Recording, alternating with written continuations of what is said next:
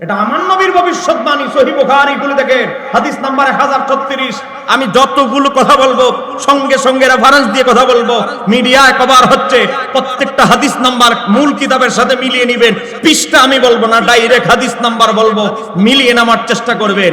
আজকে আমরা তাই দেখতে পাচ্ছি, হক্কানি আলেমদের ইন্তেকালের কারণে এই স্টেজে বসে গেছে অজ্ঞরা।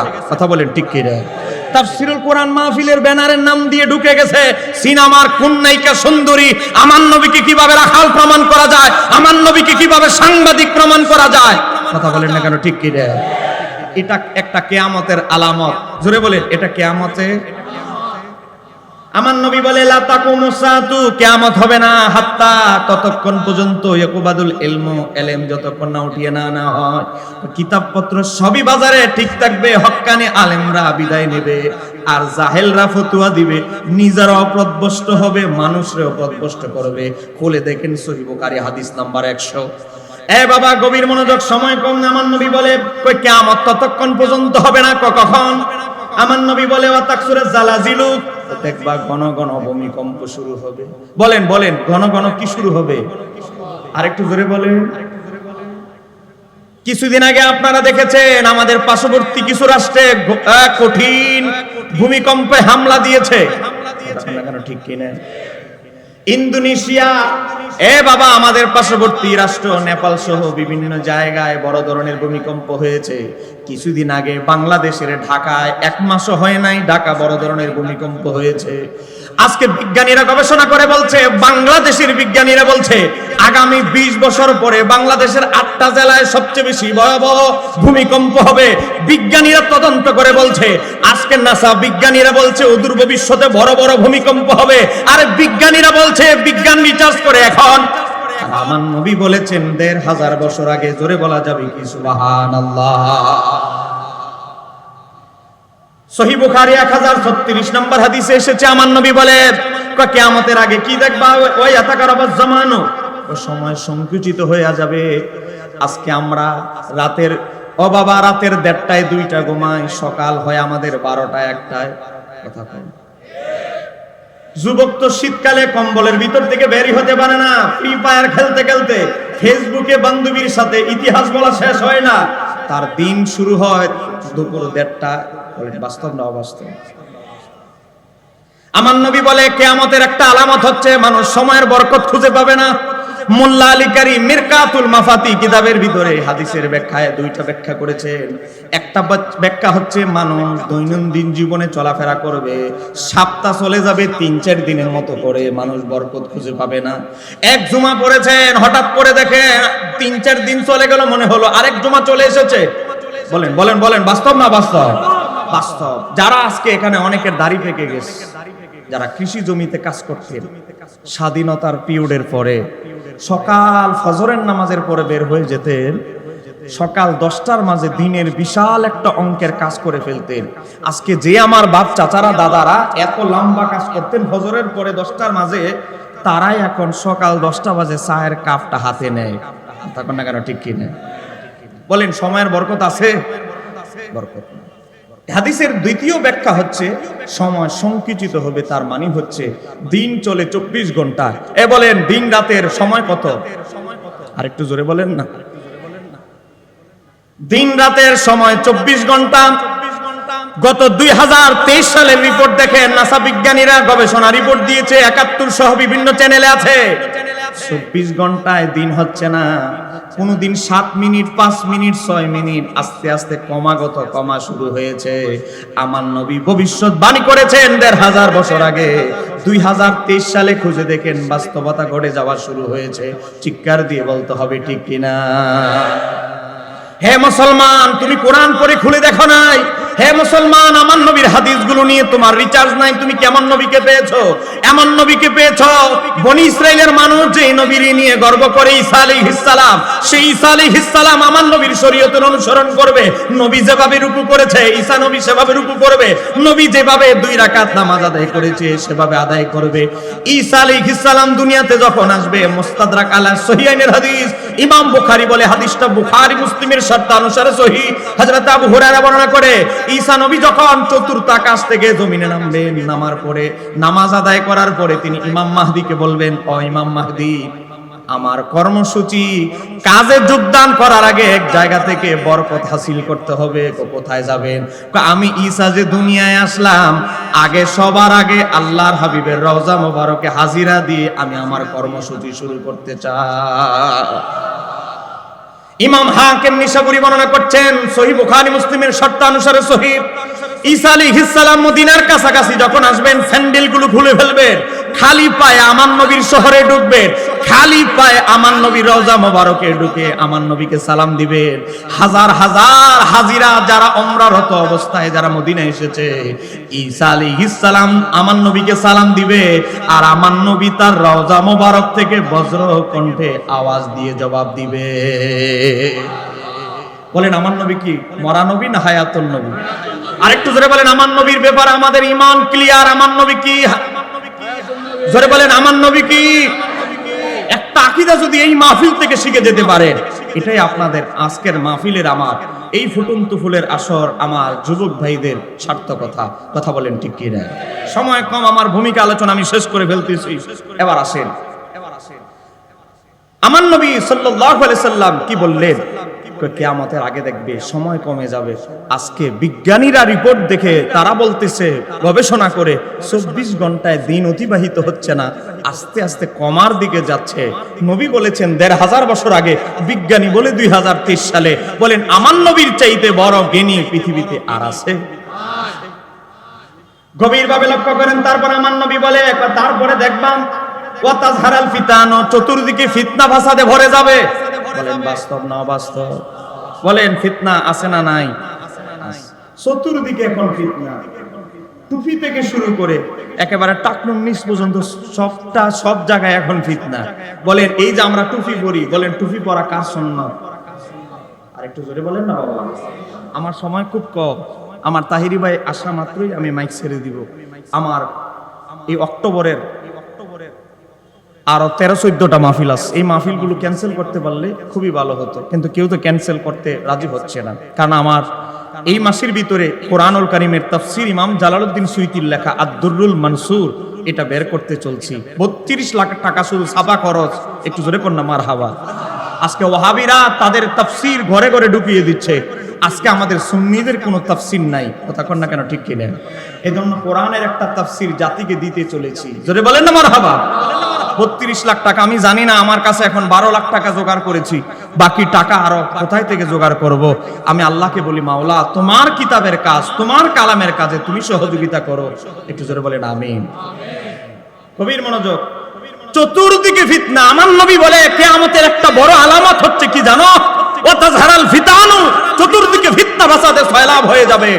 আজকে দেখেন এমন এমন বিষয়গুলোতে ফিতনা হচ্ছে যেগুলোতে আমরা কোনোদিন যেগুলোর বিষয়ে কল্পনাও করি নাই। এই যে একটা বই লেখা হয়েছে, বইয়ের নাম হচ্ছে রাসূল সাল্লাল্লাহু আলাইহি সাল্লামের সালাত, লেখক আব্দুর রাজ্জাক বিন ইউসুফ। নাম শুনছেন আপনারা? প্রশ্ন করলে প্রশ্ন, এতগুলো প্রশ্ন দিয়েছে, 2 মিনিটে উত্তর শেষ। শিরিক বেদাত চলবে না, শিরিক, এরকম যদি উত্তর হয়, এক শব্দে উত্তর শেষ, তাহলে আমি সারা রাত লাগবে না, 5 মিনিটে 1,500 প্রশ্নের জবাব দেওয়া সম্ভব। কথা কন না কেন? ঠিক কি রে? কারণ বেদাত বলতে কোনো দলিল লাগে? কথা বলেন না কেন? বেদাত বলতে কোনো দলিল লাগে? দেখেন এই বেচারা এই বইটা লিখেছে, এটা হলো 2য় সংস্করণ।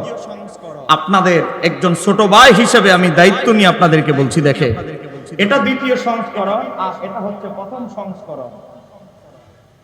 1ম সংস্করণের ভিতরে সে তার বইয়ে, এই যে একই নাম একই বই, এটা আগের সংস্করণ, এটা পরের সংস্করণ।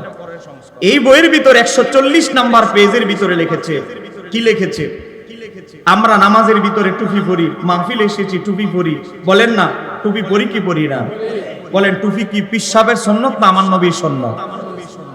বলেন এতে কোনো সন্দেহ আছে?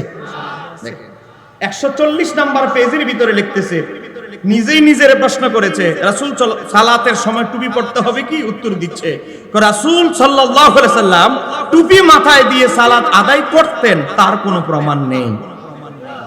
আরেকটু জোরে বলেন। নবী পড়ে নাই, নবী করে নাই মানে শরীয়তে তাদের এদের ভাষা হয়েছে। কিছুদিন আগে আব্দুল্লাহ বিন আব্দুর রাজ্জাক বলতেছে নবী কোনো কিছু করে নাই, অনুমোদন দেয় নাই, এটা বেদাত। সাহাবীরা করলেও লাভ হবে না, তাবিরা করলেও লাভ হবে না, আইম্মায়ে কেরাম করলেও কোনো লাভ হবে না, বুজুর্গরা করলেও কোনো লাভ হবে না। তার মানে আমার নবী জীবনে টুপি পরে নাই, তার মানে টুপি পরা বেদাত। আচ্ছা আপনারা বলেন টুপি পরা বেদাত, আপনারা কি এই ফতোয়ার সাথে একমত? আপনাদের মন বিবেক কি বলে নবী জীবনে কোনোদিন টুপি পরে নাই? এই কথার জবাব যখন আমি দিলাম, এই বইটা আরো 4 বছর আগের ছাপা, আমি তাদের কিতাব, আহলে হাদিসদের কিতাব, তাদের ইমাম শাওকানি নাইলুল আওতার কিতাব থেকে আমি বের করে দেখিয়েছি আমার নবী পাগড়ি ছাড়া টুপি পরতেন, খালি টুপিও পরতেন, আবার পাগড়ি সহ টুপি পরতেন। তাদের কিতাব আবু দাউদের সরা আজিম আমাদের লেখা আউনুল মাহবুব থেকে আমি যখন প্রমাণ দিলাম নবী খালি টুপিও নামাজে পড়েছে, নামাজের বাইরে পড়েছে, তখন এই বেচারা যখন ধরা খেয়ে গেল, জোরে বলেন কি খেয়ে গেল? ধরা যখন খেয়ে গেল, এই লাইনটাই ঘুরে ফেলছে। একটু জোরে করেন না মারহাবা। আমাদের কথাগুলো আমরা কি লিখি, বাজারে কি বই ছাড়ি, এই ব্যাপারে সব তাদের কাছে খবর আছে না নাই? আছে। অলরেডি কিছুদিন আগে একটা বাহাস এদের একজনের সাথে করেছি, সামনে আরো এদের বড় হুজুরদেরকে ধরবো। কথা কোনটা কেন ঠিক কি দেয়? কারণ আমরা যদি চুপ থাকি সব সময় সাধারণ মানুষ মনে করে আমাদের সুন্নিদের মনে হয় কোনো পুঁজি নাই। কথা কোনটা কেন ঠিক কি দেয়? আমাদের দলিল আছে না না এটা জাতিকে জানানোর অনেক সময় দরকার হয়। কথা বলে না কেন ঠিক কি দেয়? আমি বাহাসে গিয়েছি আমাদের আহলে সুন্নাত ওয়াল জামাতের আমাদের মুরব্বী আল্লামা কাজী মঈনুদ্দিন আশরাফী হুজুর, আমার বাজান গেল আল্লামা নূরী হুজুর, সবার কাছে আমি অনুমতি নিয়েছি। সবাই বলেছে তোমার দোয়া আছে, তোমার প্রতি আমাদের দোয়া আছে, সামনে ইনশাআল্লাহ আরেকটা বাহাসের কথা চলতেছে। একটু জোরে কর না মারহাবা। এবার আসেন এই 170 পৃষ্ঠার ভিতরে আগের ছাপা 140, এবারের ছাপা 170 পৃষ্ঠায় ঘুরায় পেঁচায়া লিখতেছে কি জানেন? চতুরতার সাথে আশ্রয় নিয়ে বলতেছে রাসূল সাল্লাল্লাহু আলাইহি সাল্লাম টুপি মাথায় দিয়ে সালাত আদায়ের কোনো প্রমাণ না থাকলেও তিনি পাগড়ি পরতেন। ওই লাইনটাই ঘুরায় ফেলেছে। এ বাবা, তুমি যদি এতই তোমার সৎ সাহস থাকে, 2টা ছাপা আমার কাছে স্টেজে আছে, ফালতাও কেন? নিজের কথায় থাকতে পারো না কেন? আমরা সুন্নিরা এমন কথা বলি না, এমন কথা, এমন আকীদা মাসালা আমরা বলি না যেটার উপরে আমরা দায়েম কায়েম স্থির থাকতে পারবো না। কথা কন না কেন ঠিক কি রে? কিছুদিনের মাঝে কথা পাল্টিয়ে ফেলেছে। তার মানে সে বুঝে গেছে আমি যে বেদাত কোম্পানি চালু আবিষ্কার করেছি, এই বেদাত তো আমার ফতুয়া ধরা খেয়ে গেছে। কথা কন না কেন ঠিক কি রে? সম্মানিত আমার দ্বীনি ভাইরা, আজকে কোরআনুল কারীমের তাফসীরের মাহফিল এসেছে। এই কোরআন বড় মর্যাদাপূর্ণ কিতাব, মর্যাদাপূর্ণ কিতাব, যে কোরআনের এক একটা অক্ষর তেলাওয়াতের ফজিলত আছে না নাই? কথা বলেন আছে না নাই? আজকে কোরআন তেলাওয়াত নিয়ে আজকে মুসলমানদের ভিতরে এমন একটা পরিবেশ তৈরি করা হয়েছে, আজকে মুসলমানদেরকে কোরআন তেলাওয়াত আজকে নির্দিষ্ট জায়গায় সীমাবদ্ধ করা হচ্ছে। নামাজে নির্দিষ্ট জায়গায় ও হেফজখানায় কোরআন তেলাওয়াতকে সীমাবদ্ধ করা হচ্ছে। আজকে কবরের কাছে গিয়ে কোরআন তেলাওয়াত করব বলা হচ্ছে শিরিক বেদাত। কেন ঠিক কি রে?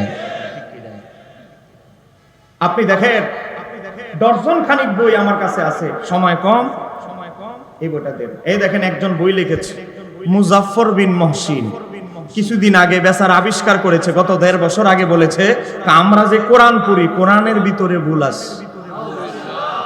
আমরা বলবো যে ব্যক্তি বলে কোরআনে ভুল আছে, আমরা বলবো তার ঈমান যে নাই তাতেও কোনো ভুল।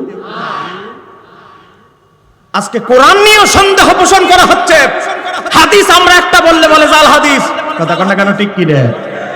কিছুদিন আগে একজনে এক হাদিসে জাল বলতে গিয়ে তারা ধরেছি, শুধু বুঝিয়ে দিয়েছি একটা হাদিস নিয়ে আমাদের কত গবেষণা আছে। একটু জোরে কর না মারহাবা। দুনিয়ার এমন কোন মুহাদ্দিসের কিতাব নাই, অনলাইন থেকে শুরু করে 100-র উপর আলেমকে ফোন দিয়েছি, পাকিস্তানের আলেমদেরকে ফোন দিয়েছি, মিশর আজহারের বিশ্ববিদ্যালয়ের আলেমদেরকে ফোন দিয়েছি, হাদিস নিয়ে তন্ন তন্ন করে গবেষণা করে তারপরে বাহাসে গিয়েছি। আমি প্রথমে গবেষণা করে পেয়েছিলাম 29 জন মুহাদ্দিস হাদিসটাকে সহিহ বলেছে। মাওলা আলীর বেলায়েতের নজর গবেষণা করে দেখলাম 39 জন, আরো 10 জন তিনি হাদিয়া দিয়ে দিলেন।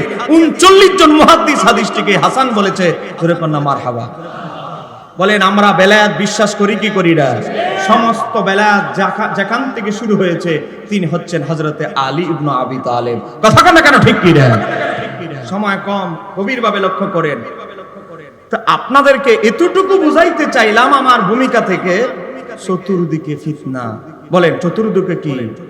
টুপি থেকে শুরু করে নামাজ, তারাবি, বিতির। এ বাবা, নবীর নাম শুনে মোহাব্বত করে চুমু খাবেন, ফিতনা আছে না নাই? কথা বলেন না কেন, আছে না নাই? চতুর্দিকে ফিতনা। আপনি তাকবীর তাহরিমা নয়, নামাজের মুসল্লায় দাঁড়িয়ে আপনি দোয়া পড়বেন, বেদাত। নিয়ত করবেন, বেদাত। কান পর্যন্ত হাত উঠাবেন, জয়ীফ হাদিস। নাভির নিচে হাত বাঁধবেন, জয়ীফ হাদিস, চলবে না। আমি ইমামের পিছনে সূরা পড়বেন না, ইমামের কেরাতে আপনার কেরাত, চলবে না, জয়ীফ হাদিস। আমিন আসতে বলবেন, চলবে না, জয়ীফ হাদিস। একেবারে সালাম ফিরানোর পরে মুনাজাতে হাত উঠানো পর্যন্ত বেদাত আর জয়ীফ হাদিসের পেশ আছে না নাই? বলেন 5 ওয়াক্ত নামাজ, 5 ওয়াক্ত নামাজ কি? বলেন 5 ওয়াক্ত নামাজ কি? 5 ওয়াক্ত নামাজ নিয়ে যারা ষড়যন্ত্র করছে, এই দেখেন মুজাফফর বিন মুহসিন কি লিখতেছে তার বইয়ে জাল হাদিসের কবলে রাসূলুল্লাহর সালাত 28 নাম্বার পেজে লিখতেছে, বর্তমান সমাজে, মানে আমরা যে নামাজ পড়ি, বর্তমান সমাজে যে সালাত প্রচলিত আছে তা জাল ও জয়ীফ হাদিস ভিত্তিক বানোয়াট সালাত। বানোয়াট বুঝে বাতি। তার মানে আপনি যে নাভির নিচে হাত বাঁধলেন, এই বেচারার মতো বারবার আঙ্গুল নাচাইলেন না, এই বেচারার মতো পা দুইটা ছড়ায় ভাবে নামাজ পড়লেন না, আপনার নামাজ নামাজই না, আপনার নামাজ বাতিল, বানোয়াট। 5 ওয়াক্ত ফরজ ইবাদতকে যারা বলে বানোয়াট, তাদের সাথে ফরজ নিয়ে তাদের সাথে দ্বন্দ্ব, তাদের সাথে সমঝোতা করার কি কোনো সুযোগ আছে? আরেকটু জোরে বলেন, সুযোগ আছে? হে মুসলমান, তুমি মারা যাবে, তোমার মা বাবার সামনে সূরা ইয়াসিন পড়তে দিবে না, বলবে বেদাত। তোমার মা বাবা মারা গিয়েছে, তার জানাজার পরে দোয়া করতে দিবে না, বলবে বেদাত। হে মুসলমান, আমি আপনার তোমার বাবা মারা গেলে আমরা কাফনের কাপড় দিতে হয়। বলেন দিতে হয় কি হয়? বলেন পুরুষের জন্য কয় কাপড়? আপনারা কি আমার আঙ্গুল দেখতে পাচ্ছেন? বলেন পুরুষের, মহিলাদের। এটা কি নতুন ওয়াজ না পুরান ওয়াজ? আজকে আহলে হাদিসেরা নতুন নতুন ওয়াজ বের করে এরা নামাজ চুরি করতে করতে করতে এখন মহিলাদের কাফনের কাপড়ও চুরি করা শুরু করে দিয়েছে। এই দেখেন আব্দুর রাজ্জাক বিন ইউসুফ তার বইয়ের ভিতরে লিখতেছে, আমি যদি ভুল তথ্য দিয়ে যাই, এখানে আলেম ওলামারা আছে, পুরুষ নারী সবাইকেই 3 কাপড়ে দাফন দিতে হবে। একটু জোরে কর নাউজুবিল্লাহ। তো মহিলাদের কাপড় হলো কয়টা? সে বলে মহিলাদেরও 3 কাপড় হবে। তাহলে এই কথিত আহলে হাদিসারা মাইয়েতের কাফনের কাপড়ের দিকেও নজর দিল, চুরি করলো কয় কাপড়? এদেরকে দেখলেই আগে আগে কাফনের কাপড় হাদিয়া দিবে। তাও ভাই মাইয়েতের কাফনের কাপড় নিয়ে কোনো ফতুয়া দিস না। কথা কেন কেন ঠিক কি রে? সংক্ষিপ্ত আমার আধা ঘন্টা আলোচনা থেকে আপনাদেরকে এতটুকুই বুঝাইতে চাচ্ছি, চতুর্দিকে কোরআনের তাফসিরের নামে ফিতনা বাজরা, ফিতনা ছড়ানোর চেষ্টা করছে, সহিহ হাদিসের নামে ফিতনা বানানো, ফিতনা প্রোডাকশন দেওয়ার চেষ্টা চলছে। কথা কোন ঠিক কি না? আজকে যাদের গলার আওয়াজ বড়, কিসের? ঈদে মিলাদুন নবী, রবিউল আউয়াল মাস চলে গেছে, এদের শিক্ষার চেঁচামেচি এখনো বন্ধ নাই। কথা বলেন না কেন ঠিক কি না? এই দেখেন সম্প্রতি মোবাইলে দেখবেন, ইন্টারনেটে এক বেচারা ইউটিউবে ভিউ বানানোর জন্য, ফেসবুকে বেশি ভিউ বানানোর জন্য বিভিন্ন সুন্নি আলেম ওলামাদেরকে ফোন দেয়, ফোন দিয়ে এটা আবার রেকর্ড করে এটা আবার সারে। কথা কন না কেন? বলেন এমন আছে না নাই? আমি একজনকে বলতেছি, সে আমারও কেন ফোন দেয় না? আমার ফোন দিলেই বলবো কালকেই ডিবেটে বসে যাব। এটা যখন আমি বলবো তারপরেই তো তার শব্দে উঠ শেষ। কথা কন না কেন ঠিক কি রে? সে বাহাস করতে চায়, এমন লোকদেরকেও আমাদের ছোট ভাইদেরকে ফোন দেয়। তা আমি বলবো, ওই কয়েকদিন আগে আলাউদ্দিন জিয়াদি সাহেবকেও ফোন দিল, তো জিয়াদি সাহেবের সাথে দেখা হলে আমি বলতাম, সে এত ফেসাইতেছে, আপনি বললেই হয় আগামীকাল তোমার সাথে বসে যাব, তাহলেই তো তার শব্দ উঠ শেষ। কথা কন না কেন ঠিক কি রে? জানি না এটা কেন উনি বলে নাই। আমার বাবার ভাইয়েরা, আমরা একটা জিনিস বিশ্বাস করি, আমাদের দল হোক, আমাদের আহলে সুন্নাত ওয়াল জামাতের প্রত্যেকটা মাসালার পক্ষে দলিল আছে না নাই? আজকে কাফনের কাফন নিয়ে পর্যন্ত ষড়যন্ত্র চলছে। আমরা কোন যুগে কোথায় আছি? কোরআন নিয়ে পর্যন্ত সন্দেহ পোষণ করা হচ্ছে। যেই নবী হাসরের ময়দানে শাফাত করবে, আবু দাউদ 3592 নম্বর হাদিস, আমার নবী বলে শাফাতি লিআহলিল কাবাইর মিন উম্মতি, উম্মত আমি নবী তোমাদের কবিরা গুনার জন্য শাফাত করব। যেখানে নবী আমাদেরকে গ্যারান্টি দিচ্ছে কবিরা গুনার জন্য শাফাত করবে, সেই জায়গায় কথিত শায়খ আব্দুর রাজ্জাক বিন ইউসুফ বলতেছে হাসরের ময়দানে আমার নবী মিজানের পাল্লায় ফেল করে তাকিয়ে থাকবে, নেকির পাল্লা ভারী হয় না বদির পাল্লা গুনার পাল্লা ভারী হয়। এ বলেন আমার নবীর জীবনে সারা জীবনে কোনো গুনাহ আছে? এ বলেন আমার নবীর হিস্টরিতে কোনো গুনাহ অপরাধ আছে?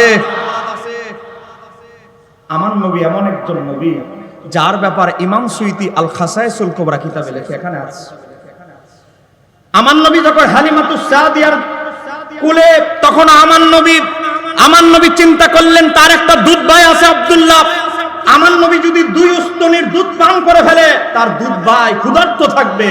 এজন্য হযরতে হালিমাতুস সাদিয়া বলে আমি মুখ দিয়ে চাপা দিতাম, কিন্তু শিশু নবী শিশু অবস্থায় তিনি এমন ভাবে আদালত বজায় রেখেছেন, তিনি 1 স্তনের দুধ পান করতেন, আরেক স্তনের দুধ তার দুধ ভাইয়ের জন্য রেখে দিতেন।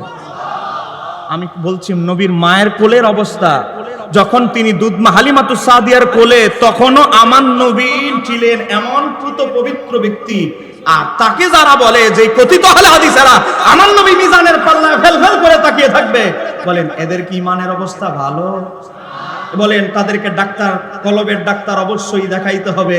তাদেরকে বলবো আসো আল্লামা আবুল কাসিম নুরি সাহেবের কাছে, আসো আল্লামা কাজী মঈনুদ্দিন আশরাফি মাদ্দাজুল্লাহের কাছে। এই কথা বলেন না কেন, ঠিক কি না? সম্মানিত আমার দ্বীনী ভাইয়েরা, সূরা আলী ইমরান আয়াত নাম্বার 106, এই কোরআনুল কারীম সূরা আলী ইমরান আয়াত নাম্বার 106, সেখানে আমার আল্লাহ বলছে ইয়াউমা তাবিয়াদ্দু উজুহুন, হাসরের ময়দানে উম্মত মুহাম্মাদের এক দলের চেহারা হবে শুভ্র, যাদের চেহারা থেকে নূর চমকাতে থাকে। আরেক দলের কি হবে? বলেন দল তো আরেকটা আছে না নাই? একটা জান্নাতি আরেকটা, বলেন না একটা জান্নাতি আরেকটা। এবার আমার আল্লাহ বলে ওয়া তাসওয়াদ্দু উজুহুন, আরেক কোম্পানি থাকবে হাসরের ময়দানে উম্মত মুহাম্মাদের ভিতরেই, তাদের চেহারা হবে কুৎসিত। তাহলে কয়টা পাইলাম? বলেন আকৃতি পাইলাম কয়টা? আমি কোরআন থেকে বলছি, সূরা আলী ইমরান আয়াত নাম্বার 106। এবার আসেন এই আয়াতের তাফসীরের ভিতরে আমরা ঢুকি। সাদা একটা বই আছে আমার মতে, কিতাবের নাম হচ্ছে তাফসীর ইবনে কাসির, খণ্ড নাম্বার 2, পৃষ্ঠা নাম্বার 79, মাকতাবা দারুল কুতুব ইলমিয়া বৈরুত লেবাননের ছাপা। হযরতে ইমাম ইবনে কাসির এই আয়াতের ব্যাখ্যায় লিখেন, তিনি এই আয়াতের ব্যাখ্যা করতে গিয়ে ইমাম ইবনে কাসির রাহমাতুল্লাহ আলাইহি লিখতেছেন হিনা তাবিয়াদ্দু উজুহুন, হাসরের ময়দানে যাদের চেহারা থেকে নূর চমকাবে, সেই দল কারা? আহলে হাদিস ভাইয়েরা যার তাফসীর পড়ে, আমাদের কওমি ভাইয়েরা যার তাফসীর বেশি পড়ে, আজকে আমাদের জামাত ইসলামের ভাইয়েরা যার তাফসীর বিবাহে খতনায় ওলিমায় উপহার দেন বাংলা অনুবাদ, যা তাদের জামাত ইসলামের একজন আলেম মুজিবুর রহমান এই কিতাবের অনুবাদ করেছে, সেই কিতাবে এসেছে যাদের চেহারা থেকে হাসরের ময়দানে নূর চমকাবে, তো সেই দলের নাম হলো আহলে সুন্নাত ওয়াল জামাত। আরেকটু জোরে বলেন। তাদের কিতাব থেকে বলছি, একটু আগে আমাকে আল্লামা আবুল কাসেম নুরি হুজুর বললেন সামনে থেকে দলিল দিবা, এখন থেকে শুধু তাদের কিতাব থেকে। একটু জোরে কর না মারহাবা। হুজুর আমাকে বলে গিয়েছেন, এখানে সবাই আছেন, দেখেন তাফসীর ইবনে কাসির আমাদের জামাত ইসলামের ভাইদের প্রিয় তাফসীর, কওমি ভাইদের প্রিয় তাফসীর, এ বাবা আহলে হাদিস ভাইদের প্রিয় তাফসীর। সেখানে বলতেছে হাসরে জান্নাতি হবে এক দল, যেই দলের চেহারা থেকে নূর চমকাবে, আর সেই দলের নাম আহলে সুন্নাত। এবার আসেন ইমাম ইবনে কাসির কি বলতেছে তারপরে, ওয়া তাসওয়াদ্দু উজুহুন, কাদের চেহারাটা কুৎসিত হবে? ইমাম ইবনে কাসির লেখে তারা হচ্ছে আহলিল বিদআতি ওয়াল ফিরকাতি, যত 72 ফিরকা আছে তাদের চেহারাটা আমার আল্লাহ কুৎসিত বানিয়ে দিবে। তারপরে ইমাম ইবনে কাসির কি বলে, ক্বালাহু, এটা আমার ব্যাখ্যা না, ক্বালাহু ইবনে আব্বাস রাদিয়াল্লাহু তাআলা আনহুমা, নবীর সাহাবীদের যুগ থেকে কিয়ামত পর্যন্ত উম্মতের যিনি সবচেয়ে বড় মুফাসসির ছিলেন, এই আয়াতের তাফসীর তিনি করে গিয়েছেন। জোরে কোন না মারহাবা। বলেন নবীর সাহাবীরা কি মন গড়া তাফসীর করতে? তাফসীরের মাহফিলে এসে সিনেমার কোন নায়িকা সুন্দর এরকম তাফসীর করতে? তাহলে সাহাবীরা তাফসীর করতেছে জান্নাতি হবে, বলেন কয় দল? আরেকটু জোরে বলেন না। তাহলে সেই আহলে সুন্নাত ওয়াল জামাতের তাফসীর মাহফিলে আসতে পেরে আপনারা খুশি না বেজার? আরেকটু জোরে বলেন খুশি না বেজার? সম্মানিত আমার দ্বীনী ভাইয়েরা, কোরআনুল কারীমে একটা সূরা আছে, সেই সূরাটার নাম হচ্ছে সূরা বাকারা। জোরে বলেন সূরার নাম কি? আমাকে বলা হয়েছে কিছু কথা বলার জন্য। এখানে যে আয়াতগুলো দেওয়া হয়েছে এই আয়াতের উপরে আমার একটা লেখা আছে, আকাইদে সাহাবা। এই আয়াতগুলোর বিস্তারিত ব্যাখ্যার উপরে আমার লেখা, আমার সম্পাদিত সে বইয়ে বিস্তারিত আলোচনা আছে। সেখান থেকে চুম্বক দুই একটা অংশ বলছি। যেহেতু কোরআনের তাফসীর মাহফিল আমাদের খুব কম হয়, কথা বলেন না কেন, ঠিক কি না? আমাদের সব দিকে খেয়াল রাখতে হবে। আমাদের আকীদার কথাগুলো এখন এই ফিতনার যুগে বেশি বেশি বলতে হবে, কথা বলেন না কেন, ঠিক কি না? আমাদের অনেক বক্তা আছেন, আমি কাউকে মেনশন করে বলছি না, যারা শুধু যুবক যুবতীদের বিয়ে ওয়াজ করে, আকীদার ওয়াজ বলে না। পুরা 1.5 ঘন্টা ওয়াজ দেখবেন, শুধু দাওয়াত পাওয়ার জন্য, বাতিলদের আগ্রাসন থেকে, নজর থেকে বেঁচে থাকার জন্য আকীদার ওয়াজ করে না, শুধু যুবক যুবতীর নিয়ে ওয়াজ করে। আছে না নাই? এটা আমাদের আকাবিররা কি এভাবে ওয়াজ করেছে? আমাদের আকাবিররা যুবকদেরকে নসিহত করেছে, আকীদার বয়ানও ছিল। এই কথা কেন কেন, ঠিক কি না? আরে আগের যুগে ওয়াজ করতে কে চট্টগ্রামে? আল্লামা ওবায়দ হক নঈমী, আল্লামা নঈমুদ্দিন আল কাদরি। এই কথা বলেন না কেন, ঠিক কি না? আজকে তাদের ওয়াজগুলো এখনো ইউটিউবে আছে, অডিও রেকর্ড আছে। দেখো তাদের ওয়াজ কিভাবে আজকে এই মাঠ ঘাট সাজিয়ে দিয়ে গিয়েছে, কথা কন না কেন, ঠিক কি না? আরে আমরা তো আজকে ফতেহাবাদ সাজানো বাগানে ওয়াজ করছি। যারা আমাদেরকে বাগান তৈরি করে দিয়ে গিয়েছে তাদের আলোচনার ধরজ দেখেন, ধ্যান দেখেন, তাদের আলোচনার মডেল দেখেন, কথা কন না কেন, ঠিক কি না? আপনি যুবকদেরকে আকৃষ্ট করার জন্য ওয়াজ করতেছেন, আর এদিক দিয়ে যুবক চলে যাচ্ছে সহিহ হাদিস গ্রুপে। তাহলে যুবকের চরিত্রের ওয়াজ করে কি লাভ হবে? ঈমান যদি নষ্ট হয়, চরিত্র তো পরে, কথা বলেন না কেন, ঠিক কি না? সম্মানিত আমার দ্বীনী ভাইরা, আমার আল্লাহ কোরআনুল কারীমে বলছে, ও ইযা কিলা লাহুম আমিনু। আমি শুরু করছি, আপনারা কি কষ্ট পাচ্ছেন নাকি? বলেন কষ্ট পাচ্ছেন?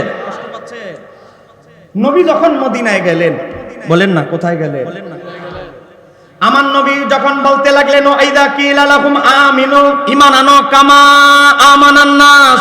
হে বিশ্বের মুসলমান ইহুদিদেরকে বলছে, ইহুদিরা, নাসারারা, মুশরিকরা, দেবতার পূজারীরা, ঈমান আনো কামা আমানান নাস। যেমনি ভাবে আমার সাহাবীরা ঈমান এনেছে তদ্রূপ ঈমান আনো। একটু জোরে বলেন না সুবহানাল্লাহ। বলেন ঘোষণা কার? এতটুকু শুধু বলেছে। এখন ইহুদি নাসারা কাফেরদের অ্যালার্জি খাইজেনে শুরু হয়ে গেছে। তারা কি জবাব দিল জানেন? তারা বলতে লাগলো, কলু, তারা বললেন, আনুমিনু কামা আমানাস সুফাহা। আমরা ঈমান আনবো ওই মুহাম্মদের অনুসারী নির্বোধ পাগল বলদদের মতো। একটু জোরে বলেন নাউজুবিল্লাহ। নবীর সাহাবীদেরকে বলতেছে নির্বোধ। বলেন নবীর সাহাবীদেরকে বলতেছে কি? আপনারা কি রাগ করছেন নাকি? এমনি তাফসীর মাহফিল চলে না, তা আমরা চেষ্টা করতেছি। এখন আওয়াজ না দিলে আমি ওয়াজ আরেক দিকে চলে যাব। গভীর মনোযোগ। আমার নবী কালেমার দাওয়াত দিতে গিয়ে আমার নবী একটা কন্ডিশন দিলেন, নতুন যারা মুসলমান হবে ঈমান আনতে হবে কামা আমানান নাস। যেমনি ভাবে আমার আবু বকর, আলী ঈমান এনেছে, ঈমান হতে হবে তদ্রূপ, না হলে ঈমান গ্রহণযোগ্য হবে না। আর কাফেররা বলতে লাগলো, কলু, তারা বলতে লাগলো, আনুমিনু কামা আমানাস সুফাহা। আমরা ঈমান আনবো মুহাম্মদের এই নির্বোধ অনুসারীদের মতো। আমার আল্লাহ বলে, আমার হাবিবের সাহাবীদেরকে নির্বোধ বললি, সঙ্গে সঙ্গে আমার আল্লাহ সাবধানতা অবলম্বনের জন্য, তাদের জবান সংযত রাখার জন্য আল্লাহ সঙ্গে সঙ্গে আয়াত নাযিল করে দিলেন। আমার আল্লাহ বলেন, আল্লাহ সাবধান হয়ে যাও, ইন্নাহুম হুমুস সুফাহাউ। হে ইহুদি নাসারারা, হে কাফের মুশরিকেরা, আমার নবীর সাহাবীরা নির্বোধ নয়, আমার হাবিবের সাহাবী বেলাল নির্বোধ নয়, আমার হাবিবের সাহাবী আবু বকর নির্বোধ নয়। নির্বোধ হচ্ছ তোরা, এক নাম্বার নির্বোধ হলি তোরা। ওয়ালাকিল্লা ইয়ালামুন। এটা বুঝার মতো ক্ষমতা তোদের নাই। তোরা যে দেবদেবীর পূজারী আর মূর্তি পূজারীতে লিপ্ত আছিস, তোরা যে আজকে ঈসা আলাইহিস সালামকে আল্লাহর পুত্র বলিস, হযরতে উযাইর আলাইহিস সালামকে আল্লাহর পুত্র বলিস, তোরা যে আজকে শিরকে লিপ্ত আছিস, সেই জ্ঞান তোদের হয় নাই। আমার হাবিবের সাহাবীদেরকে নির্বোধ বলবি, সাবধান সাবধান। চিৎকার দিয়ে বলা যাবে কি সুবহানাল্লাহ। নবীর সাহাবীদেরকে শুধু বলেছেন আসুফাহা, নির্বোধ। সঙ্গে সঙ্গে আল্লাহ ধমক দিয়ে আয়াত নাজিল করেছে। কিন্তু এই যুগে মুসলমান নামদারি লোক পাওয়া যায় যারা নবীর সাহাবীদেরকে মুনাফিক ফতোয়া দেয়।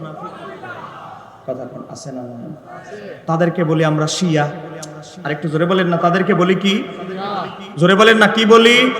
আমি কোরআন থেকে কথা বলছি, আপনারা বিরক্ত হচ্ছে? যে কোনো জায়গা থেকে, হাদিস থেকে, কোরআন থেকে, সব জায়গা থেকে কথা বলার জন্য আমাদের উস্তাদরা আমাদেরকে ট্রেনিং দিয়েছে। কথা হচ্ছে প্রেক্ষাপট বুঝতে হবে, সময় বড় কম। এ বাবা, আজকে একদল লোক বের হয়েছে যারা আমার নবীর সাহাবীদেরকে সমালোচনা করে, আছে না নাই?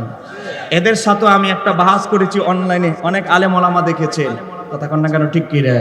আমাদের বক্তব্য হচ্ছে, মনে রাখবেন, আমাদের বক্তব্য হচ্ছে সাহাবীদের মধ্যে 12টা ক্লাস। 1 নম্বর ক্লাসের দরজা সাহাবী হচ্ছে খোলাফায়ে রাশিদিন। জোরে বলেন, 1 নম্বর মর্যাদা হচ্ছে খোলাফায়ে, তাদের উপরে কোন সাহাবীর মর্যাদা। এই খোলাফায়ে রাশিদিনের ভিতরে আহলে বাইতের একজন সদস্য আছে না নাই? জোরে বলেন না কেন, আছে না নাই? হযরত আলী রাদিয়াল্লাহু তাআলা, যিনি আহলে বাইতের একজন সদস্য। মনে রাখবেন, আহলে বাইতের মর্যাদা আহলে বাইতের জায়গায়, অন্যান্য সাহাবীদের মর্যাদা সাহাবীদের জায়গায়। মনে রাখবেন, সাহাবীদের মর্যাদা 1 গুণ, আহলে বাইতের মর্যাদা 2 গুণ। কিভাবে? আহলে বাইত সাহাবীও, আবার আহলে বাইতও, তাদের ফজিলত 2টা, আর সাহাবীদের ফজিলত 1টা, তারা সাহাবী।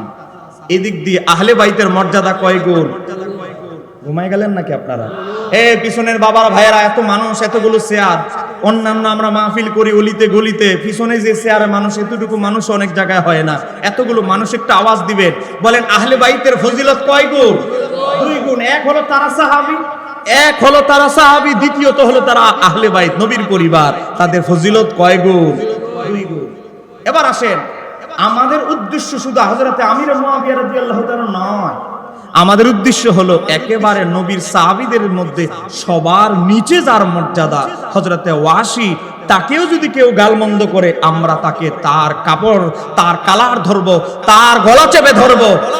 ঠিক কিনা? হযরতে ওয়াসির যোগ্যতা অর্জন তোমার হয় নাই, আর অন্যান্য সাহাবী তো দূরের কথা, হযরতে ওয়াসিকে সমালোচনা করার যোগ্যতা তোমার হয় নাই। এই কথা বলেন না কেন, ঠিক কিনা? হযরতে ওয়াসি মুসাইলামাতুল কাজ্জাবকে হত্যা করে আমার নবীর হৃদয়কে জয় করে ফেলেছে। কথা বলেন না কেন, ঠিক কিনা? এই যে হিন্দা, হযরত আবু সুফিয়ানের স্ত্রী আমিরা মুআবিয়া রাদিয়াল্লাহু তাআলার মা, সমাজে আমরা ওনার ইতিহাস অর্ধেক বলি, অর্ধেক বলি না। আজকে দেখেন, সিরিয়ার বিজয়ের সময় তিনি তার স্বামী হযরত আবু সুফিয়ানের সাথে, হযরত আমির মুআবিয়ার সাথে, ওনার শাহজাদা ইয়াজিদ ইবনে আবি সুফিয়ানের সাথে চলে গিয়েছেন। তখন খ্রিস্টান বাহিনী যখন আক্রমণ শুরু করে, অনেক মুসলমান ভয়ে পালায়ন শুরু করে, এই হযরতে হিন্দা এই পাথরের টুকরা নিয়ে মুসলমান সৈন্যদেরকে ঢিল মারতে থাকে। এই মুসলমান, কেন এই খ্রিস্টানদের দিকে পালাচ্ছিস? তখন তিনি ঢিল মারা শুরু করেন, মুসলমান সৈন্য যেন না পালায়। একটু জোরে বলেন না সুবহানাল্লাহ। এই ইতিহাস আজকে কিছু লোক বলবে না। হযরত আবু সুফিয়ান, কিতাবের নাম আল মাওয়াহিবুল দুনিয়া, কিতাবের নাম সিরাত ইবনে হিশাম, কিতাবের নাম সিরাত ইবনে ইসহাক, কিতাবের নাম আল মাওয়াহিবুল দুনিয়া। গুগলে শুধু একটু সার্চ দেন, হুনাইনের যুদ্ধ, সেই যুদ্ধের ইতিহাস দেখেন। অনেক সাহাবীরা যখন আমার নবীর উট ছেড়ে চলে গেল, তখন হযরত আবু সুফিয়ান সহ আর তার সাথে কিছু সাহাবী এভাবে সিনা টান করে দাঁড়ায় রইলেন আমার নবীর সামনে। আমার আবু সুফিয়ান বলে, আগে তীর বিদ্ধ হবে আমি আবু সুফিয়ানের ভিতরে, আমি আবু সুফিয়ানের হৃদয়ে বক্ষে আগে তীর ঢুকবে, তারপরে রাসূলুল্লাহর কাছে যাবে। আমার নবীকে আবু সুফিয়ান খুশি করে ফেলেছেন, চিৎকার দিয়ে বলা যাবে কি সুবহানাল্লাহ। এই ইতিহাস আমাদের কিছু ভাইরা বলে না, ঠিক কি? ও ইতিহাস বলে মুসলমান হওয়ার আগে কি গেছে? মুসলমান হওয়ার আগে খালিদ ইবনে ওয়ালিদ কি কম করেছে? কিন্তু খালিদ ইবনে ওয়ালিদকে স্বর্ণাক্ষরে কেন লেখা হয়? আগের ইতিহাস দেখা হয় না। আর উহুদের ময়দানে মুসলমান পরাজিত হয়েছে শুধু খালিদ ইবনে ওয়ালিদের রণকৌশলের কারণে। খালিদ ইবনে ওয়ালিদ বলে, এক বাহিনী যুদ্ধ করবে, আরেক বাহিনী লুকায়িত থাকবে। মুসলমান যখন মনে করবে আমরা পালায়ন করা শুরু করেছি, আমরা কাফেররা পালায়ন করা শুরু করেছি, মুসলমান মনে করবে আমরা বিজয় ছিনিয়ে এনেছি, তখন তারা যা পাবে গনিমত নেওয়ার জন্য যখন লেগে যাবে, তখন আমাদের দ্বিতীয় বাহিনী অতর্কিত হামলা করে মুসলমানদের পরাজিত করব। এই বুদ্ধির আবিষ্কারক ছিলেন হযরতে খালিদ ইবনে ওয়ালিদ। তখন তিনি কাফের ছিলেন, তখন তিনি দেবতার পূজারী ছিলেন। কিন্তু খালিদ ইবনে ওয়ালিদ যখন মুসলমান হলেন, তার অতীতের ইতিহাস সব রেকর্ড ভঙ্গ করে দিয়ে যত যুদ্ধে তিনি যোগদান করেছেন, প্রত্যেকটা যুদ্ধে বিজয়ের পালা ছিনিয়ে এনেছেন। চিৎকার দিয়ে বলতে হবে ঠিক কিনা? আগের ইতিহাস দিয়ে টেনে আজকে একজন সাহাবীকে সমালোচনা করা হচ্ছে, হযরত আমির মুয়াবিয়া, আরে তার মা ছিল হিন্দা, তার বাবা ছিল আবু সুফিয়ান, এগুলো বলে আজকে টিটকারি করছো। তাহলে তো প্রত্যেক সাহাবী ওই কয়েক পার্সেন্ট সাহাবী ছাড়া সবাই তো কেউ না কেউ মূর্তি পূজারী, দেবদেবীর পূজারী ছিল। অতীত ঘাটলে তো সব সাহাবীরই কেউ না কেউ কোনো মূর্তির পূজারী ছিল। অতীত সমালোচনা করার কোন সাহাবীর অধিকার মুসলমানদের আছে? আরেকটু জোরে বলেন না কেন আছে? আজকে আমার নবীর সাহাবীদের আদর্শ নিয়ে সন্দেহ করা হচ্ছে। একটা ইসলামী দল, আমরা কাউকে কোন দলকে মেনশন করে কথা বলছি না, শুধু আমি একটা রেফারেন্স দিয়েছিলাম, এজন্য বলেছি কারণ উনার কিতাব কওমি, সুন্নি, আলিয়া, আহলে হাদিস সবাই মানে। এছাড়া আমি কোন সংগঠনের নাম আমি ওয়াজে বলবো না। যুবকরা অনেক কষ্ট করে আয়োজন করেছে, তাদের আয়োজন সফলতা কামনা হচ্ছে আমাদের উদ্দেশ্য। কথা বলেন ঠিক কি না? মনোযোগ। একদল লোক বের হয়েছে যারা সাহাবীদেরকে সত্যের মাপকাঠি, মানদণ্ড মানতে চায় না। আছে না নাই? অথচ আমার নবী কি বলেছেন? আস-সাহাবী কান-নুজুম, আমার সাহাবীরা হচ্ছে আকাশের তারকা তুল্য। তো তারকার কি কাজ? যারা জাহাজ চালায়, নাবিকরা, তারা তারকা দেখে রাস্তা, সমুদ্রে রাস্তা নির্ণয় করে। অতএব জান্নাতের নৌকায় আরোহণ করতে হলে, জান্নাতের সমুদ্রে তুমি যখন সমুদ্র পাড়ি দিয়ে জান্নাতে যাবে, নৌকায় জাহাজে উঠতে হবে। আর জাহাজ যারা পরিচালনা করে, সঠিক রাস্তা যারা দিক নির্দেশনা দেয়, তারা হলো নাবিক। নাবিকরা বলে আমরা রাস্তা নির্ণয় করি সমুদ্রে তারকা দেখে। এজন্য আমার নবী বলে আমার সাহাবীরা হচ্ছে আকাশের তারকা তুল্য। এখন আপনি জান্নাতে যাবেন, সমুদ্র পাড়ি দিয়ে জাহাজ লাগবে। আমার নবী বলে জাহাজটা কি জানো? আমার নবী বলে আমার আহলে বাইত হচ্ছে সফিনায়ে নূহ আলাইহিস সালামের কিস্তি। একটু জোরে বলুন সুবহানাল্লাহ।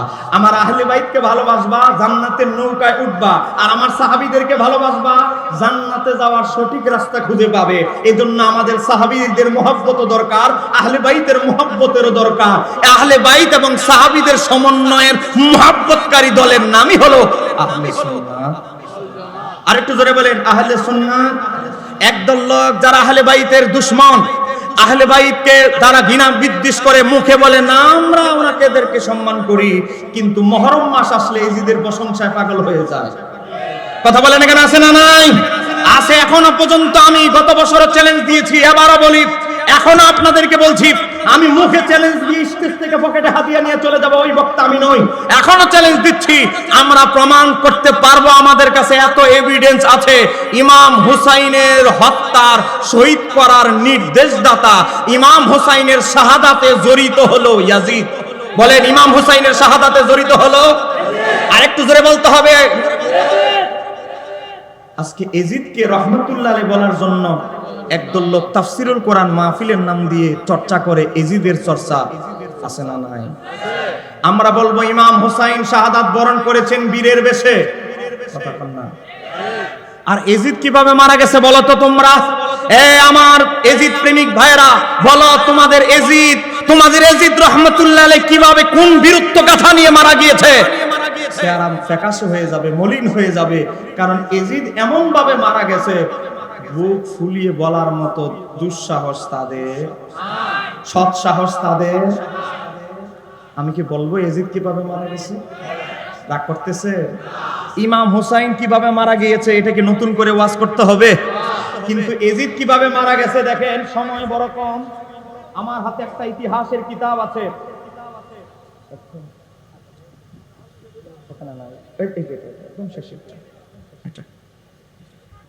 একদম শেষে। এই কিতাবের নাম হচ্ছে আল বিদায়া ওয়ান নিহায়া। একটু যেরকম না মারহাবা। এরা আবার বলবে হুজুর বাংলাটা নিয়ে আসছে, আমি বাংলা হুজুর না, আরবিটাও আস। একটু যেরকম না মারহাবা। রাগ করতেছে? এটা অনুবাদ আমরা করি নাই, সুন্নিরা করি নাই, করেছে ইসলামিক ফাউন্ডেশন। খণ্ড নাম্বার হচ্ছে 8। বলেন খণ্ড নাম্বার কত? 8। এই 8 নাম্বার খণ্ডে 429 পৃষ্ঠার ভিতরে, বলেন পৃষ্ঠা নাম্বারটা কত? একটা কিতাবের নাম্বারটা রেফারেন্স অন্তত আজকের তাফসীরুল কোরআন মাহফিল থেকে নিয়ে যান। যারা এখনো বাইরে ঘোরাফেরা করছেন, যা এখন দেখেন কেন আমরা হুসাইনি, কেন আমরা এজিদি নয়, আজকে দেখে যান। একটা পয়েন্ট আজকে তাফসীরুল কোরআনের মাহফিল থেকে নিয়ে যান। 429 পৃষ্ঠার ভিতরে ইমাম ইবনে কাসির উল্লেখ করতেছে এজিদের 18টা কুকর্মের তালিকা। এটা জোরে কোন নাম মারহাবা। তাদের হুজুর তা যারা আজকে এজিদকে রহমতুল্লাহ আলাইহি বলে তাদের হুজুর এজিদের 18টা কুকর্মের তালিকা পেশ করতেছে, অথচ নিজেদের হুজুরের ইতিহাসের কিতাবে নিজেরা ভালো করে পড়ে না। এবার আসেন 18টা এজিদের কুকর্মের একটা হলো পশু পাখি দিয়ে পশু পাখিদেরকে লড়াই করাতো, বানর দিয়ে বানরের বিরুদ্ধে। একটা মোরগ আছে না বড়, অনেক বড় উঁচু মোরগ, মোরগ দিয়ে মোরগের বিরুদ্ধে যুদ্ধ লাগাতো। একটা মোরগ যখন আরেকটা না মারতে পারতো এজিদ হি হি করে হাসতো না। এটা হলো এজিদের 18টা কুকর্মের একটা। আর আরেকটা কুকর্ম হলো বোতল না হলে এজিদের চলতো না। বলেন বোতলের নাম কি? বলেন না বোতলের নাম কি? মদ। আমি বলছি না, আমার ভাই এখানে আছে, ভাই আপনি একটু দাঁড়ান একটু 30 সেকেন্ড, আমার ভাইকে সাক্ষী রাখতেছি। 8 নাম্বার খণ্ড, বলেন 8 নাম্বার খণ্ড, পৃষ্ঠা নাম্বার 429। এজিদের 18 নাম্বার কুকর্মের ভিতরে 16 নাম্বার হলো প্রতিদিন সে মদ পান করছে। ভাই প্রতিদিন শব্দটা আছে না নাই? ঠিক আছে বসেন। বলেন যে এজিদের প্রতিদিন মদের বোতল না হলে চলতো না, সেই এজিদকে যারা রহমতুল্লাহ আলাইহি বলে আমাদের মনে হয় তারাও মাঝে মাঝে হয়তো খাইতে পারে। কারণ একজন মদখোরের দালাল কি কোনো ভদ্রলোক করতে পারে? মদখোরের দালাল সমাজে গিয়ে দেখবেন আরেক ফেন্সিডিল করে দালালি হয়। যে এজিদের প্রতিদিন মদ না হলে চলতো না, আমি বলছি না, 750 বছর আগের ইতিহাসের কিতাব আল বিদায়া ওয়ান নিহায়া 8 নাম্বার খণ্ড 429 পৃষ্ঠায়, গুগলে লেখো আল বিদায়া ওয়ান নিহায়া বাংলা পিডিএফ 8 নাম্বার খণ্ড 429 পৃষ্ঠায় দেখো, ইমাম ইবনে কাসির বলে সপ্তাহে একদিন না, এ বাবা 4 দিন একবার না, প্রতিদিন এজিদের মদ লাগতো। আর আমার নবী বলে সহিহ মুসলিমের হাদিস, যে একজন মদখোর 40 দিন আল্লাহ তার কোন ইবাদত বন্দেগী কবুল করে। ঈসা আলাইহিস সালামের শরীয়তে মদ জায়েজ আছে। তা আমি কিছুক্ষণের জন্য ঈসা আলাইহিস সালামের শরীয়ত পালন করি, আবার কিছুক্ষণ মুহাম্মদ সাল্লাল্লাহু আলাইহি ওয়াসাল্লামের শরীয়ত পালন করি। একটু জোরে পড়না নাউযুবিল্লাহ। আপনারা বলেন মদ হারাম, হারামকে যে হালাল কৌশলে প্রমাণ করতে চায়, 4 মাযহাবের ইমাম একমত। আসমাউন নাজায়ের থেকে শুরু করে হযরত ইমাম গাজ্জালির মানখুল কিতাব উসুল ফিকহের কিতাব শাফি মাযহাবের, সেখানে দেখেন আল্লামা ইবনে রজব হাম্বলি ফাতুল বারিতে, ফাতুল বারি দুইটা কিতাব, একটা ইবনে হাজার আসকালানির, একটা ইমাম ইবনে রজব হাম্বলির, সেই কিতাবে লিখতেছেন। হানাফি মাযহাবের কিতাব আসমাউন নাজায়েরে লিখতেছে 4 মাযহাব একমত, কেউ যদি মদকে হালাল মনে করে তার ঈমান থাকবে। তাহলে এজিদ যে মদ গড় করে খাওয়ার জন্য সে বলতেছে মদের ব্যাপারে আমি ঈসা আলাইহিস সালামের শরীয়ত মানি আর অন্যান্য ক্ষেত্রে মুহাম্মদ সাল্লাল্লাহু আলাইহি ওয়াসাল্লামের শরীয়ত মানি। এখন বলেন তার কি ঈমান আছে না গেছে? মদের বোতলের সাথে মদের সাথে তার ঈমানও গিয়েছে। এই কথা কেন কেন ঠিক কি রে? এবার আসেন ওই যে মূল কথায় যাই, এজিদ কিভাবে মারা গেল বলেন না? বলবো। দেখেন আমার আল্লাহ বড় বড় ইসলামের দুশমন, নবী রাসূল আহলে বাইত ওলি আল্লাহর দুশমনদেরকে দুনিয়া থেকে বিদায় করতে বড় বড় সেনাবাহিনীর প্রয়োজন হয় নাই। ঠিক কিনা? এখন তো 250 অধিক প্রধানমন্ত্রী সারা পৃথিবীতে। একটা সময় ছিল সারা পৃথিবী শাসন করত 4 জন। বলেন না কয়জন? আর একটু জোরে বলে। 2 জন কাফের মুশরিক, 2 জন ইমানদার। ইমানদার একজন সুলাইমান আলাইহিস সালাম জুলকারনাইন, একটু জোরে বলুন সুবহানাল্লাহ। এবার আসেন আরেকজন বড় কুখ্যাত কাফেরের একজন হচ্ছে নমরুদ। এই নমরুদ আপনারা সব জানেন ইব্রাহিম আলাইহিস সালামের সাথে কি ঘটেছে। এই নমরুদকে আমার আল্লাহ ধ্বংস করতে সেনাবাহিনীর প্রয়োজন হয় নাই, একটা মশা দিয়ে দুনিয়া থেকে বিতাড়িত করে দিয়েছে। বলেন সে আল্লাহর ক্ষমতা এখনো আছে না নাই? আর একটু জোরে বলেন আছে না নাই? আজকে যারা মাজার পূজারি বলে আজকে চিৎকার করত, আল্লাহ তাদেরকে মন্দির পূজারি বানিয়ে ছেড়ে দিয়েছে। কথা কন না কেন? ঠিক কিনা? আল্লাহর বিচার একটু সময় লাগে। কথা কন না কেন? ঠিক কিনা? তারা যখন মাজার পূজারি বলবো তখন আমরাও আরেকটা বুলেটিন ছেড়ে দিব আর মোবাইলে ভিডিও দেখিয়ে দিব, মন্দিরে তো গেছে আবার গীতা পাঠ করা শুরু করে দিয়েছে। কথা কন না কেন? ঠিক কিনা? এটা যদি কোনো সুন্নি আলেম করতেন বলেন আমাদের অবস্থা এখন কি হতো? কথা কন না কেন? ঠিক কিনা? এবার আসেন আল্লাহ সুবহানাহু তাআলা একটা বানরকে হুকুম দিলেন 63 হিজরিতে, যখন এজিদ বিশাল বড় সৈন্যবাহিনী পাঠিয়েছে মক্কা নগরীর মানুষদেরকে ধ্বংস করে দিতে, কারণ মক্কার মানুষ এজিদের খিলাফত মানে নাই।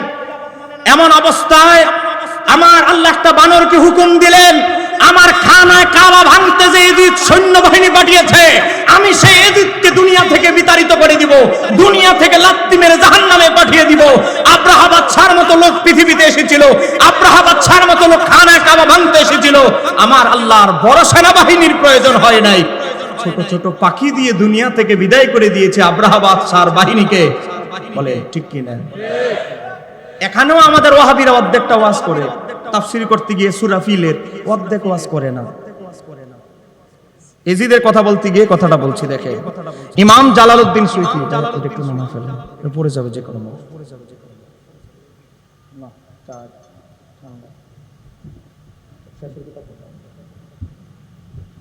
এই যে কিতাবটার নাম আল খাসায়েসুল কুবরা, লিখেছেন নবম শতাব্দীর মুজাদ্দিদ ইমাম জালালউদ্দিন সুয়ুতী, যিনি জাগ্রত অবস্থায় আমার নবীকে ৭২ বার দেখেছেন। যার কিতাব আজকে হাটহাজারী মাদ্রাসায় না পড়লে দাওরায়ে হাদিস শেষ করা যায় না। আজকে যার কিতাব জামাত বলেন, আলিয়া বলেন, যেই লাইনেরই বলেন, যার কিতাব সিরে জালালাইন না পড়লে কওমি লাইনে হোক, আলিয়া লাইনে হোক, মৌলভী, মুফতি, মুহাদ্দিস লেখার কোনো সুযোগ। সেই ইমাম সুয়ুতী উল্লেখ করেছেন, হযরতে আব্দুল মুত্তালিব যখন আব্রাহা বাদশার কাছে গেল, হে আব্রাহা বাদশা, আমার ১০০-এর অধিক উট তুমি নাকি জব্দ করেছ, আমার উটগুলো আমাকে দিয়ে দাও।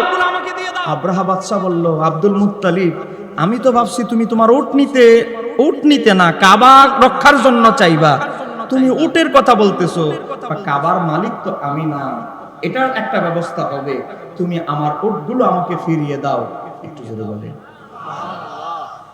আর একটু গভীরভাবে লক্ষ্য করে, আব্রাহা বাদশার বাহিনী যখন এসেছিল, মক্কার সব মানুষ মক্কা ছেড়ে চলে গিয়েছিল, একমাত্র আব্দুল মুত্তালিব চলে যায় নাই। একটু জোরে বলেন। কেন চলে যায় নাই? কারণ সে জানে তার এক সম্মানিত, মহাসম্মানিত নাতি মা আমেনার গর্ভে আছে। তখন আমার নবী মায়ের গর্ভে,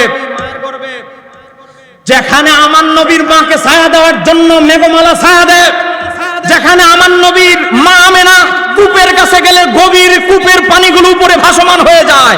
একটু জোরে বলেন না সুবহানাল্লাহ।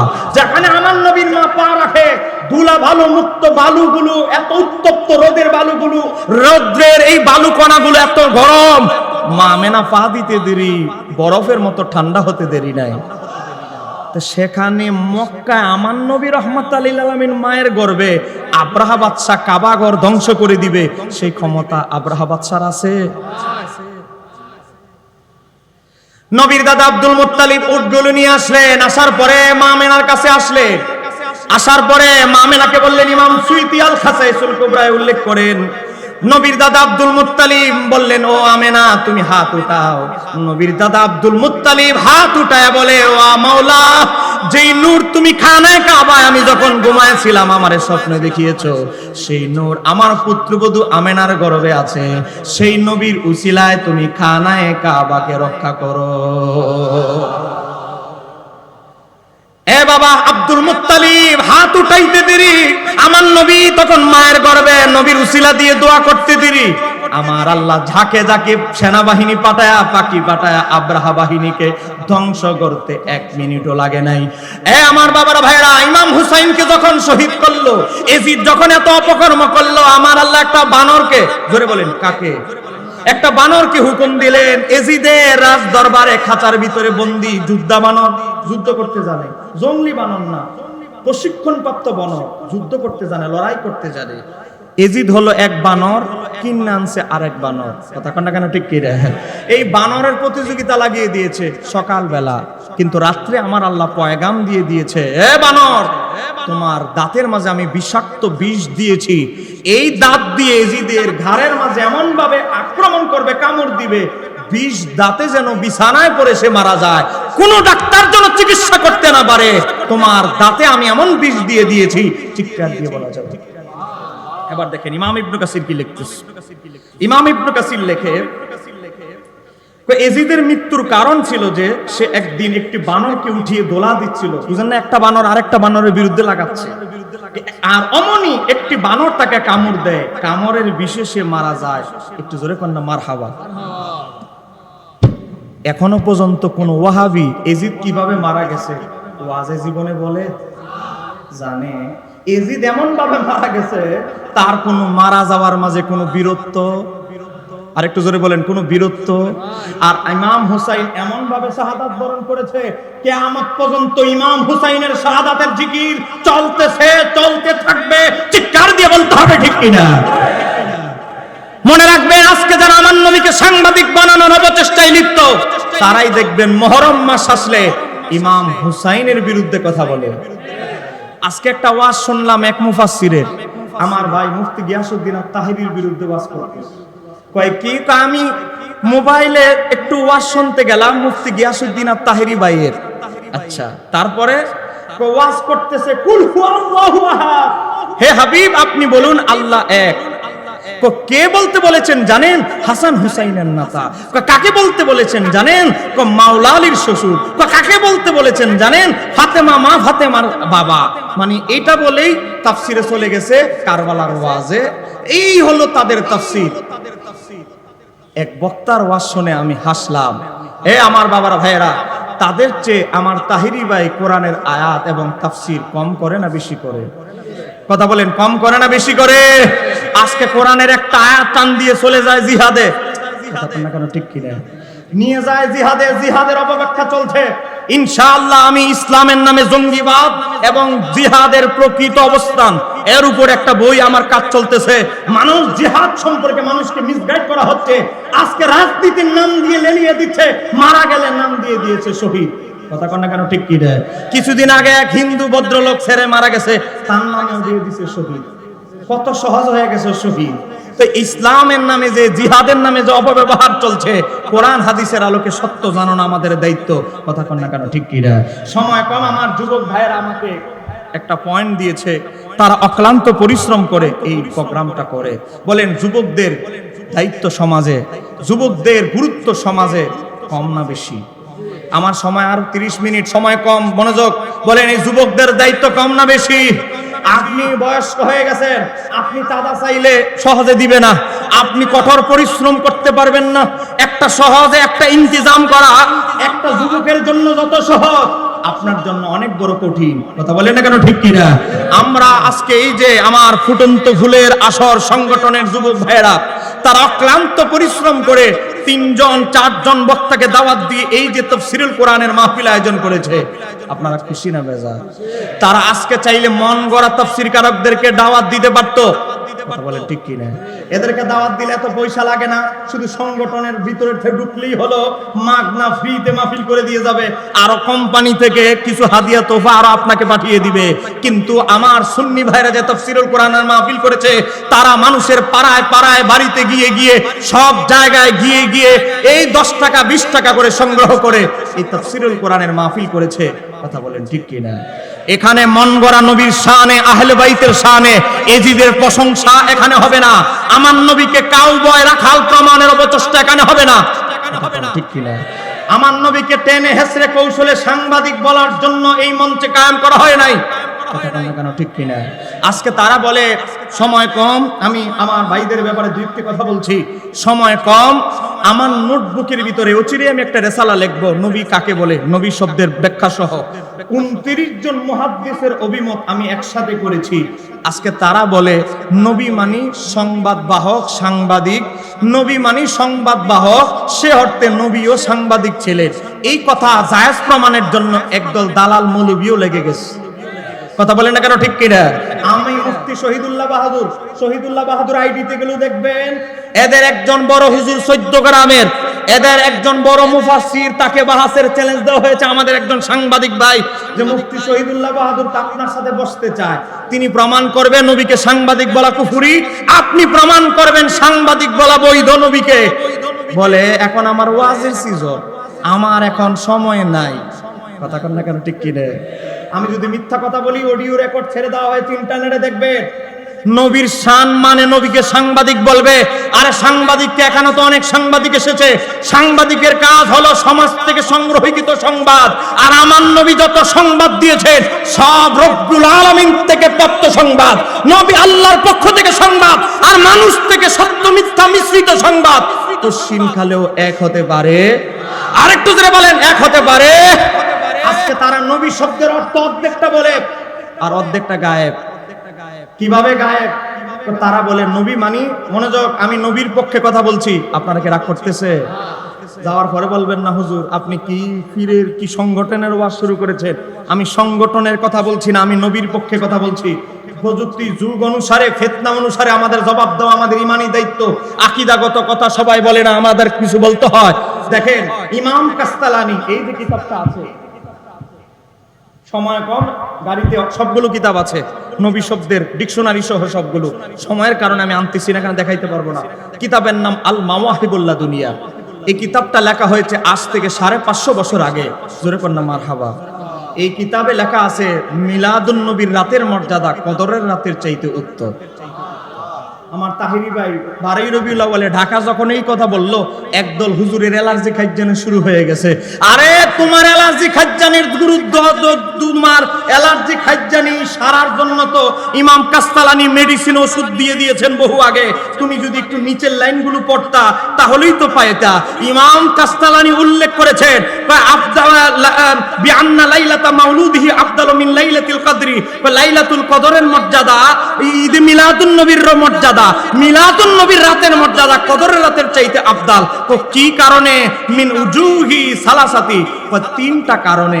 একটু জোরে কন্যা মারহাবা। এক নাম্বার কই লাইলাতুল কদর এত দামি কেন? এই রাতে কোরআন নাজিল হয়েছে। ইমাম কাস্তালানী বলে নবীর যদি আগমন না হইতো, কোরআন নাজিল হইতো কার উপরে? আগে নবী তারপরে কোরআন। 2 নাম্বার লাইলাতুল কদর শ্রেষ্ঠ কেন? ইমাম কাস্তালানী বলে শ্রেষ্ঠ কেন? এই রাতে ফেরেশতারা আকাশ থেকে জমিনে নামে, জমিনে নামার পরে এই লাইলাতুল কদরে ফেরেশতারা আনন্দিত হয়। তো ফেরেশতাদের আনন্দের রাতের কারণে যদি লাইলাতুল কদরের এত দাম হয়, নবী না সৃষ্টি হলে ফেরেশতাদেরও সৃষ্টি হতো না। আমার নবীর আগমনের চাইতে ফেরেশতার জমিনে আগমন কখনো দামি হতে পারে না। একটু জোরে বলেন না সুবহানাল্লাহ। 3 নাম্বার কারণ কি? মিলাদুন নবীর রাতের এত ফজিলত কেন? লাইলাতুল কদর উম্মত মুহাম্মাদীকে দান করা হয়েছে। ইমাম কাস্তালানী বলে নবী আগে না উম্মত আগে? নবী আগে। নবীর যদি আগমন না হইতো, উম্মত হইতো না। লাইলাতুল কদর দান করা এটা তো পরের ব্যাপার। কথা কর ওয়াহাবি, তোমাদের সবার যুক্তি ইমাম কাস্তালানী 550 বছর আগে ঈদ মিলাদুন নবীর দিনের রাতের মর্যাদা যে লাইলাতুল কদরের চেয়ে উত্তম, ইমাম কাস্তালানী ভেঙে ভেঙে স্পষ্ট করে বুঝিয়ে দিয়েছে। যাদের কলম মরা এরা জীবনেও বুঝবে। এই ইমাম কাস্তালানী আল মাওয়াহিবুল্লাহ দুনিয়া কিতাবের ভিতরে খণ্ড নাম্বার 1 পৃষ্ঠা নাম্বার হচ্ছে 468। এই কিতাবের ভিতরে ইমাম কাস্তালানী লেখে নবী শব্দের ব্যাখ্যা করতেছে। সেটা কি করা হয়েছে? মাখুজাতুন, গ্রহণ করা হয়েছে মিনান নাবা, নবুয়ত শব্দটা নাবা থেকে নির্গত নেওয়া হয়েছে। তার অর্থ হচ্ছে হুয়াল খবরু, তার অর্থ হচ্ছে সংবাদ, সংবাদ প্রকাশকারী, সংবাদদাতা। কিসের সংবাদ? এটাই ওয়াহাবিদের সাথে আমাদের পার্থক্য। সংবাদটা কিসের? সাংবাদিকেরও সংবাদ, নবীরও সংবাদ। ইমাম কাস্তালানী বলে আয় নবীদের সংবাদ হচ্ছে আন্নাল্লাহ, নিশ্চয়ই আল্লাহ তাআলা আতলাহু আলা গায়বিহি, নবীদের কাছে গায়েব প্রকাশ করে, আর গায়েবের সংবাদ নবীরা ইজহার প্রকাশ করে। তাহলে নবীরা যে সংবাদ দেয় সেই সংবাদ হচ্ছে গায়েবের সংবাদ। বলেন নবীরা যে সংবাদ দেয় সেই সংবাদের নাম কি? গায়েবের সংবাদ। আর সাংবাদিক পকেটে টাকা যেই দিক, সাংবাদিক চলে সেই দিক। কথা কোন ঠিক কি না? আমি ভালো সাংবাদিকরা আছে তাদের কথা আমি বলছি, কথা কোন না কেন ঠিক কি না? এ ভেজালদের ভিতরে, এত ভেজালের ভিতরেও ভালো সাংবাদিক সমাজে আছে না নাই? আছে। সচেতন সাংবাদিক, সত্যবাদী সাংবাদিক আছে। কিন্তু ওই সাংবাদিককে যদি জিজ্ঞেস করা হয় আপনি বলেন তো 100% কি আপনি রিপোর্ট দিতে পেরেছেন? বলে আমি চেষ্টা করেছি, কিন্তু 100 হতেও পারে নাও পারে। কিন্তু বলেন আমার নবীর সংবাদের মাঝে 1%ও কোনো সন্দেহ আছে? তাহলে সাংবাদিকের সাথে নবীর সংবাদের তুলনা দিলে কি ইমান থাকবে? পড়ো নবীর সিরাতের কিতাব পড়ো। নবী কারে কয় অর্ধেক লাইন পড়ে পরের লাইন না পড়লে তাহলে তো মহা মুশকিল। ওই এক আধা ডাক্তার আগের যুগে বুঝেন না 2-1 পাতা পরে ডাক্তারি শুরু করে দিত। আগের যুগে তো এত হসপিটাল, বুঝেন না, এত হসপিটাল বাণিজ্য ছিল না 20-25 বছর আগে। বাবা বই পড়েছে আগের পাতা, বই পড়েছে কি অমুক রোগ হলে এত সাইজের ইনজেকশন দিয়ে ওষুধ পুশ করতে হবে। বেচারা এত বড় গরুর ইনজেকশন লয়েছে, বেচারা কই ইনজেকশন দিলে তো আমি মারা যাব। আমার কিতাবে ইহাই বলে, আমার কিতাবে এটাই আছে। কিন্তু এক শিক্ষিত লোক আসার পরে বলে, দামেন এই ইনজেকশন দিলে রোগী মারা যাবে, আপনার বইটা আমি দেখতে চাই। পরের পাতা উল্টায়া দেখে যদি রোগী গরু হয়, আগের পাতা পড়ছে এই রোগ হলে এত বড় ইনজেকশন দিয়ে দিবে, কিন্তু পরের পাতায় যে আছে রোগী যদি গরু হয়। আমার ভাইরা, ওই নবী শব্দের অর্থ পড়েছে ওহুয়াল খাবারু, সংবাদ। পরের লাইনে যে বলা হয়েছে কিসের সংবাদ? আই আন্নাল্লাহ আতলাহু আলা গায়বিহি, নবীরা যে আল্লাহ প্রদত্ত গায়েবের সংবাদ প্রকাশ করে, সেই সংবাদদাতা হচ্ছে নবীরা। পরের লাইনে আর বেচারা পড়ে নাই। এরকম আন্তর্জাতিক মূর্খ মুফাসসির আছে না নাই? রাগ করতেছেন আমার কথা? আমি তো সাফার জোরে বলতেছি না, আরবি আবারত বলে, কিতাবের নাম বলে, কিতাবের লেখকের গ্রহণযোগ্যতা বলে কথা বলতেছি। রাগ করতেছে? এবার আসো, ইমাম কাজী আইয়াজ একটা কিতাব লিখেছেন, এখানে সব আলেম ওলামা আছে, আশ-শিফা। এ বাবা, আশ-শিফা, শিফা শরীফ যাকে বলা হয়, ইমাম শাহ আব্দুল আজিজ মুহাদ্দিস দেহলভী বুস্তানুল মুহাদ্দিসিন, বাংলা পাবেন, গুগলে লিখবেন বুস্তানুল মুহাদ্দিসিন পিডিএফ পাবেন। সেখানে এসেছে ইমাম কাজী আয়াজের জীবনী সূচিতে পড়বেন। সেখানে এসেছে ইমাম কাজী আয়াজ যখন ইন্তেকাল করলেন, ওনার অসংখ্য ছাত্র, ওনার শাহজাদা দেখতে লাগলেন স্বপ্নে দুইটা চেয়ার। বলে চেয়ার কয়টা? এখন আমি কয়টা চেয়ারে বসা?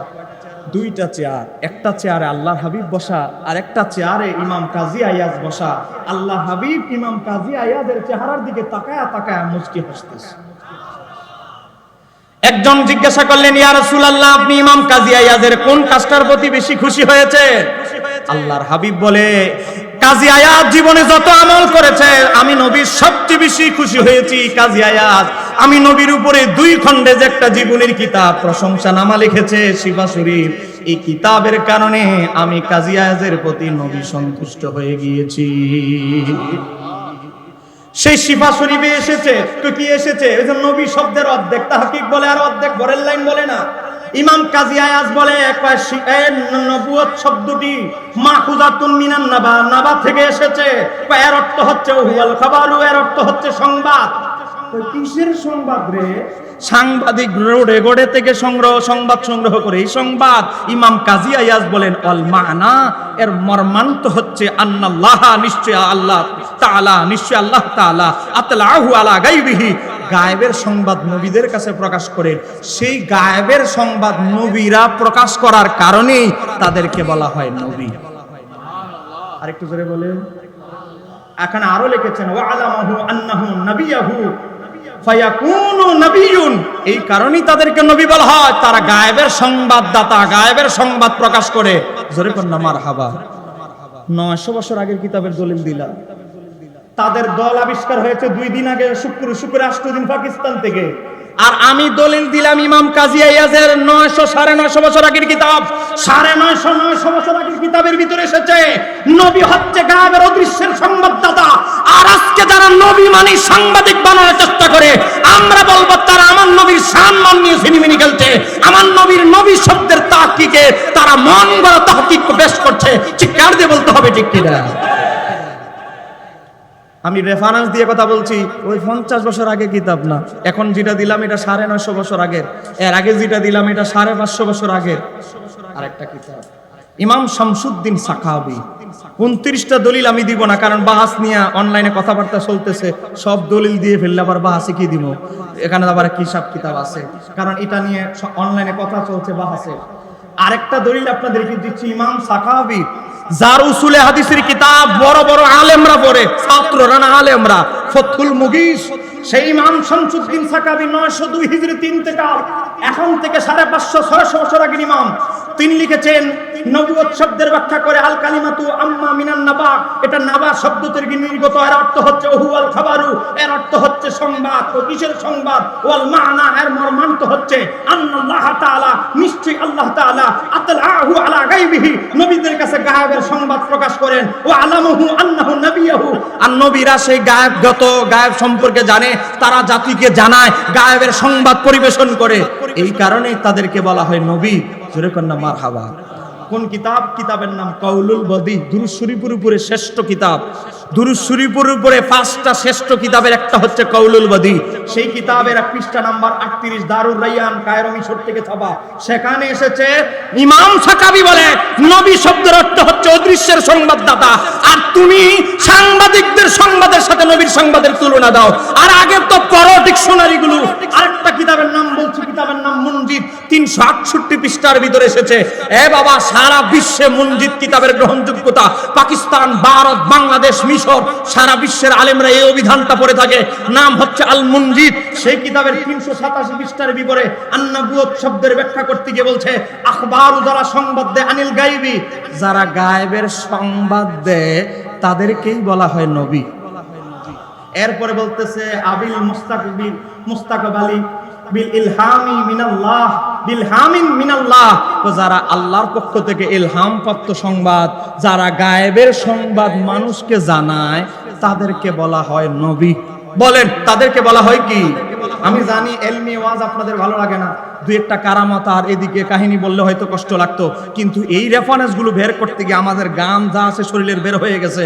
আপনারা মনে করেন বাহাস মোনাজারা এত ফান্তাবাতের গিনা সাবাইলেন, কম গিলে ফেললেন। বাহাস মোনাজারা বাতিলদের সাথে টক্কর দেওয়া এটা অনেক রিচার্জের ব্যাপার। কথা কথা কেন ঠিক কিনা? আমি চ্যালেঞ্জ করে বলতে পারি, অন্য বক্তাদের কথা আমি বলছি না, আমি চ্যালেঞ্জ করে বলি, আমার বাসায় যারা গিয়েছেন, আমি আমার ওয়াজ মাহফিলের টাকা দিয়ে, বইয়ের টাকা দিয়ে আরেকটা বই ছাপাই, ওয়াজ মাহফিলের টাকা দিয়ে যা বেঁচে যায় তা দিয়ে আমি বাহাস মোনাজারার জন্য কিতাব কেনার চেষ্টা করি। একটু জোরে কর না মারহাবা। কারণ বাহাস কিতাব ছাড়া বাহাস হবে, হুট করে বাতিল চ্যালেঞ্জ করবে কিতাব দেখা। কারণ আগের যুগ চলে গেছে, কিতাব দিয়ে কিতাবের জবাব দিতে হবে, বাতিলের জবাব দিতে হবে। আমি এই পর্যন্ত আপনাদেরকে 6-7টা কিতাবের দলিল দিলাম। ইমাম ইবনু জাওজির দলিল আছে, দিব না, কারণ এটা নিয়ে বাহাস চলছে। ইমাম মাওয়ারিদির তাফসিরে মাওয়ারিদির দলিল আছে। হয় বাবা, ইমাম আবুল বাকা আকাবারি 606 হিজরি তার দলিল আছে। তারপরে আসেন ইমাম তুফি রহমাতুল্লাহ আলাইহি, তার কিতাবের দলিল আছে। ইমাম আমাদের আকীদার ইমাম আবুল হাসান আবু মাতুরিদি, তার তাফসিরে মাতুরিদির ভিতরেও এই বিষয়ে দলিল আছে।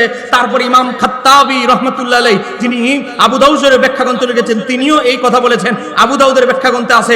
ইমাম যাহাবি রহমাতুল্লাহ আলাইহি তার আল কাবায়েরের ভিতরে উল্লেখ করেছে। একটু জোরে কন্না মারহাবা। অসংখ্য কিতাবে আছে আমার নবী কিসের সংবাদ দিতেন। আমার আল্লাহ বলে, ইয়া আইয়ুহার রাসূলু, হে আমার রাসূল, বাল্লিগ মা উনজিলা ইলাইকা মিন রাব্বিকা, ও আমার হাবিব, আল্লাহ আমি রবের পক্ষ থেকে যা এসেছে বাল্লিগ, তা মানুষকে সংবাদ দিন, পৌঁছিয়ে দিন। আর আমার নবী আল্লাহর পক্ষ থেকে সংবাদ পৌঁছিয়ে দেয়। আর সাংবাদিক সমাজে ঘটে যাওয়া সত্য মিথ্যা মিশ্রিত সংবাদ পরিবেশন করে। আল্লাহর নবীর সংবাদের সাথে সাংবাদিকের সংবাদের কোনোভাবেই তুলনা চলে। আমার নবী কিসের সংবাদ দেয়? সূরা আন-নাজম আয়াত নাম্বার 3 আমার আল্লাহ বলে, জানো আমার হাবিব কিসের সংবাদ দেয়? ওমা ইয়ান্তিকু আনিল হাওয়া, আমার নবীর মনের খেয়াল খুশি মতো যা মন চায় তার সংবাদ দেয় না। তিনি কিসের সংবাদ দেয়? ইন হুয়া ইল্লা ওয়াহিয়ুন ইউহা, তিনি ওহী ছাড়া, আমি আল্লাহর ইশারা ছাড়া তিনি কথা বলে না। বলেন সাংবাদিকের বাপের সেই ক্ষমতা আছে? রাগ করতেছেন আমার কথা? আমার নবী কি সংবাদ দিতেন? সহিহ বুখারী হাদিস নাম্বার 3191, বুখারী শরীফ থেকে বলছি, সহিহ বুখারী শরীফ থেকে বলছি। যেহেতু নবী শব্দটা এটা একটা পরিভাষা, এজন্য ইমামদের কিতাব থেকে দিলাম। এটা তো আর হাদিসের কিতাব থেকে না, এটা তো পরিভাষা, সংজ্ঞা, এজন্য ইমামদের কিতাব থেকে দিলাম। 29 জন ইমামের হাওলা আমার কাছে আছে, মাত্র 7টা দিলাম, আর বাকি 22টা জমা রাখলাম, যদি বাহাসে রাজি হয়। বলেন যদি বাহাসে, ইনশাআল্লাহ জাতি সারা বিশ্বের মানুষ দেখবে। এবার আসেন হযরত ওমর রাদিয়াল্লাহু তাআলা, তিনি বলেন আমার নবী কি সংবাদ দিত, এই বিশ্ববাসী শুনে নাও। আমার নবী হযরত ওমর বলে ইয়াকুল, তিনি বলছেন কামা ফিনান নবী সাল্লাল্লাহু আলাইহি ওয়াসাল্লাম মাকামান, আমার নবী মিম্বারে একটা মাকামে দাঁড়ালেন, দাঁড়িয়ে ফাঁকবারান আমার নবী সংবাদ দেওয়া শুরু করলেন। এই সৈন্যর সাংবাদিকরা শুনে নেন, আমার নবী কি সংবাদ দিয়েছে। বিশ্বের কোন মানুষের ক্ষমতা নাই সংবাদ দেওয়ার। আমার নবী বলেন, হযরত ওমর বলে ফাঁকবারান, আমার নবী সংবাদ দিলেন আনবাদিল খালকি, সৃষ্টির শুরু থেকে হাত্তা ততক্ষণ পর্যন্ত, অতদূর পর্যন্ত সংবাদ দিলেন। কখন? হাসরের ময়দান, মানুষ সিংহা ফু দিয়ে কিয়ামত হয়ে যাবে, কবরে থাকবে, সিংহা ফু দিয়ে হাসরের ময়দানে উঠবে। তারপরে কি হবে? হাত্তা দাখালা আহলুল জান্নাতি মানাজিলহুম, জান্নাতীরা জান্নাতের তাদের মাকামে চলে যাবে। কে যেই আমল করেছে, যেই পজিশনের লোক, সে তার জায়গায় পৌঁছে গিয়েছে। তারপরে ওয়াহলুন নারি মানাজিলহুম, যারা জাহান্নামী, যেই বদ আমল দুনিয়াতে করেছে তার পদমর্যাদা অনুসারে জাহান্নামে চলে যাবে। আমার নবী খুব পুরোটা ভাষণে সব সংবাদ দিয়ে ফেললে। তারপরে হযরত ওমর বলছে হাফিজা যালিকা মিন মান হাফিজাহু, যারা হেফজ করার ক্ষমতা রেখেছে, যাদের স্মৃতি শক্তির পাওয়ারটা একটু বেশি বড়, তারা যতটুকু পারছে মুখস্থ রাখতে পেরেছে। তো তারপরে কি হয়েছে, ওয়ান নাসিয়াহু মান নাসিয়াহু, যারা ভুলে যাওয়ার তারা ভুলে গিয়েছে। কারণ এত বড় ভাষণ কারো পক্ষে মনে রাখা সম্ভব? দুনিয়ার কোন সাংবাদিক কোন সাহাবীরই সেই ক্ষমতা হয় নাই নবীর এত লম্বা ভাষণ মনে রাখার। হযরত ইমাম ইবনে হাজার আসকালানী হাদিসের ব্যাখ্যায় ফাতহুল বারীতে 3191 নম্বর হাদিসের ব্যাখ্যায় লেখে, আল্লামা ইমাম বদরুদ্দিন আইন উমদাদুল কারীতে 3191 নম্বর হাদিসের ব্যাখ্যাগুলো দেখেন। আল্লামা মোল্লা আলী কারীমের কাদের ভিতরে 6 নম্বর খণ্ডে উল্লেখ করেছেন, কিতাবুল ফিতানের ব্যাখ্যায় হাদিসের ব্যাখ্যায় মোল্লা আলী কারী উল্লেখ করেছে, নবী একদিনে এক মজলিসে এত লম্বা ঘটনা কিভাবে বর্ণনা করলেন। সৃষ্টির শুরু থেকে জান্নাত জাহান্নামে পর্যন্ত যাওয়া কিভাবে সম্ভব নবীর জন্য ছিল। এটা হলো আমার নবীর বড় একটা মুজিজা। আমার নবীর জন্য আল্লাহ সময়ের ঘড়ির কাঁটাকে বন্ধ করে দিয়েছিল, না হলে কোন নয়। কারণ একজন সাহাবীও ওই এত লম্বা ভাষণ দিয়েছে, কেউ ক্ষুধার্ত হয় নাই, কেউ প্রস্রাবে যায় নাই, কেউ পেশাব করতে যায় নাই, প্রত্যেকে মনোযোগের সাথে এত লম্বা আমার নবীর বক্তৃতা শুনেছে। কেন? ঘড়ির সুইচের সময় আমার আল্লাহ বন্ধ করে দিয়েছেন। ক্ষুধার জ্বালা সাহাবীর আমার নবীর দিকে তাকায় ক্ষুধার যন্ত্রণা মিটে গিয়েছে, একজনেরও ক্ষুধা লাগে নাই। চিৎকার দিয়ে বলা যাবে কি সুবহানাল্লাহ। এই হাদিসের ব্যাখ্যায় আরেকজন সাহাবী হুযায়ফা ইবনে ইয়ামান বলে, আমার নবী যোহরের নামাজ পর্যন্ত বক্তব্য দিলেন, যোহরের নামাজ মিম্বার থেকে নেমে যোহরের নামাজ পড়ালেন, আবার আমার নবী যোহরের পরে বক্তৃতা শুরু করলেন, আবার আসর পর্যন্ত আমার নবী মিম্বারের কি দিলেন, বক্তব্য দিলেন। এরপর আমার নবী বক্তব্য দিতে দিতে দিতে দিতে দিতে আমার নবী সূর্য অস্তমিত হওয়া পর্যন্ত বক্তব্য দিয়ে আমাদেরকে নিয়ে মাগরিবের সালাত আদায় করলেন। একজন সাহাবীও মসজিদে নববী থেকে বের হয় নাই, একজন সাহাবীও পেশাব করতে যায় নাই, একজন সাহাবীও ক্ষুধার যন্ত্রণায় ঘর থেকে মসজিদে নববী থেকে বের হয় নাই। আমার নবী কিসের সংবাদ দিয়েছে? আর কোথাকার সাংবাদিক কিসের সংবাদ দেয়? বলে নবীর সাথে একজন সাংবাদিক, যাদের 90% হলো এখন টাকার গোলাম, তাদের সাথে তুলনা দেওয়ার কারণে বলেন ঈমানটা কি শুদ্ধ থাকবে? আমরা কাউকে কাফের ফতোয়া দিচ্ছি না, বলেন ঈমান কি শুদ্ধ থাকবে? বলেন নবীর সাথে কি আমার কোন পৃথিবীর কোন ব্যক্তি, কোন সাংবাদিক, কোন বুদ্ধিজীবী, কোন ব্যবসায়ী, কোন ব্যক্তির সাথে কি তুলনা দেওয়া যাবে? আবার তুলনা দেখো, নবী কি ব্যবসায়ী করে না? তো নবী ব্যবসা করছে, কোন সাহাবী তো বলল না ও ব্যবসায়ী। না আরবের কাফের মুশরিক, না আবু জাহেল, না আবু লাহাব, না আব্দুল্লাহ ইবনে উবাই, কেউ তো আমার নবীর জীবনে বলে না ও রাখাল, ও ব্যবসায়ী, ও সাংবাদিক। কাফেররা যে শব্দ দিয়ে আমার নবীকে ডাকে নাই, আজকে সেই শব্দ পর্যন্ত নবীরকে পদবি দেওয়ার অপচেষ্টায় লিপ্ত একদল আছে না নাই? আগের পাতাটা পড়ছে, পরের পাতাটা আর পরে নাই, আছে না নাই?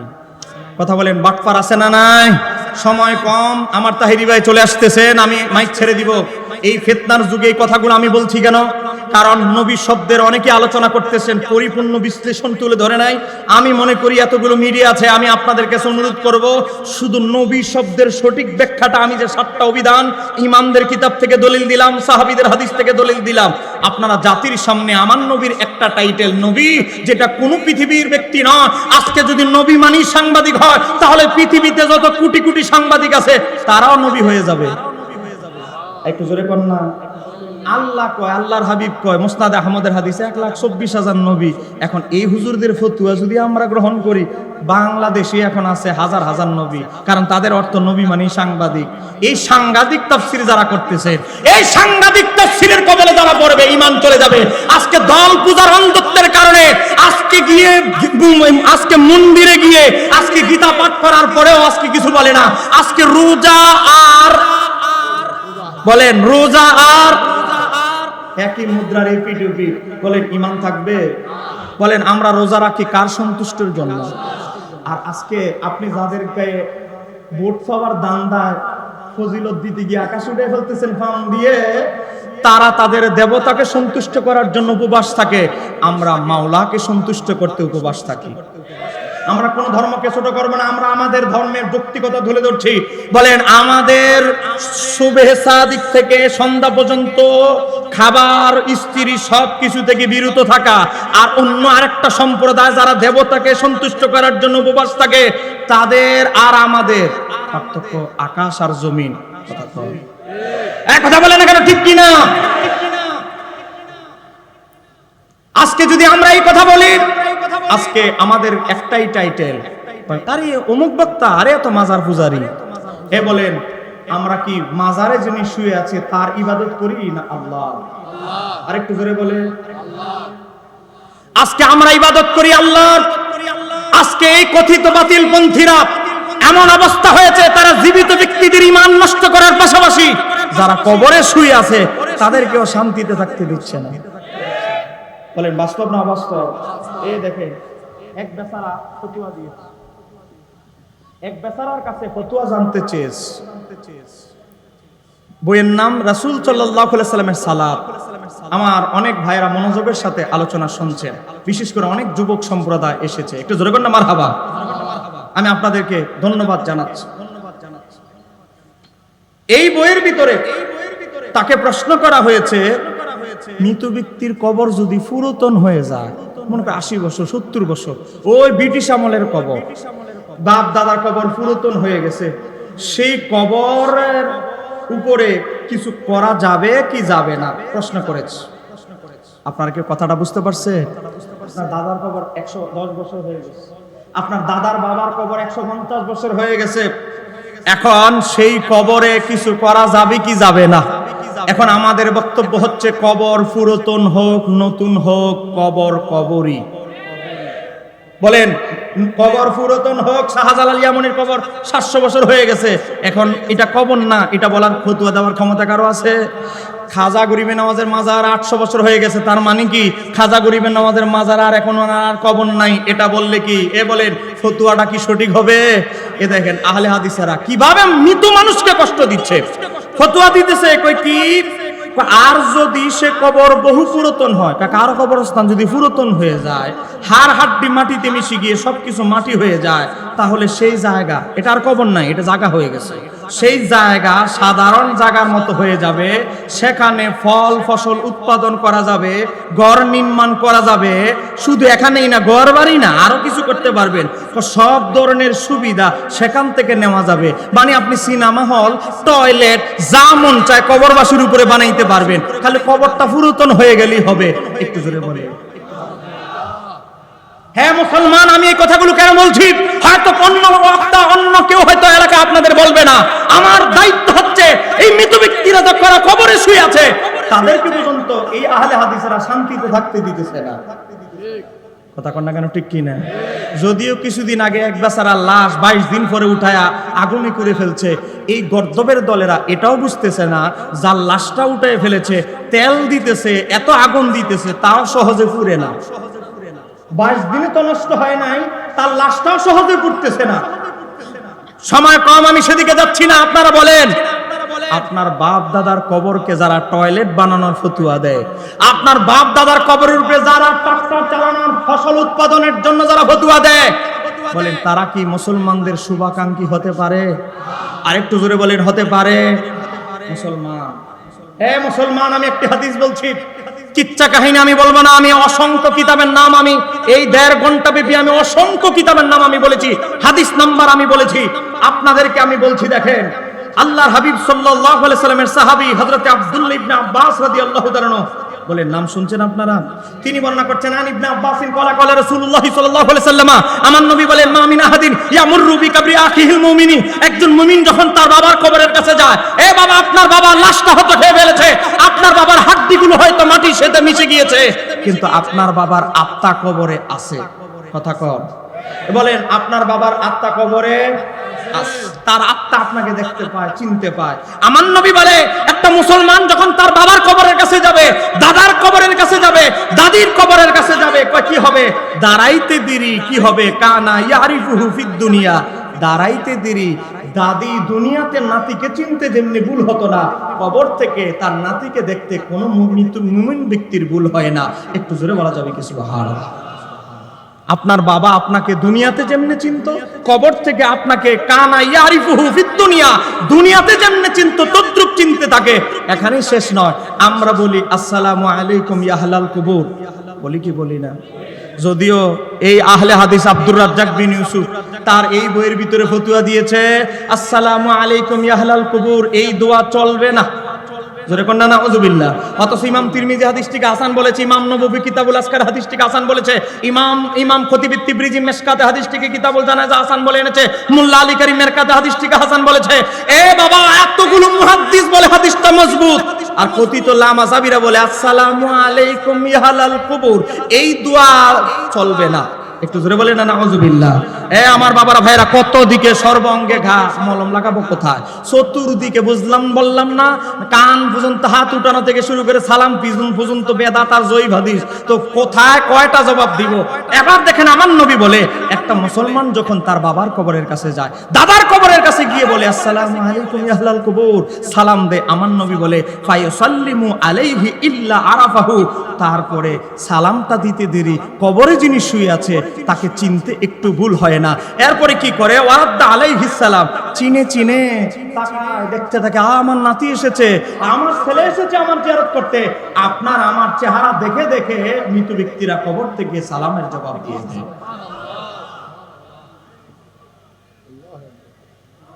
একজন স্লোগান দেয়,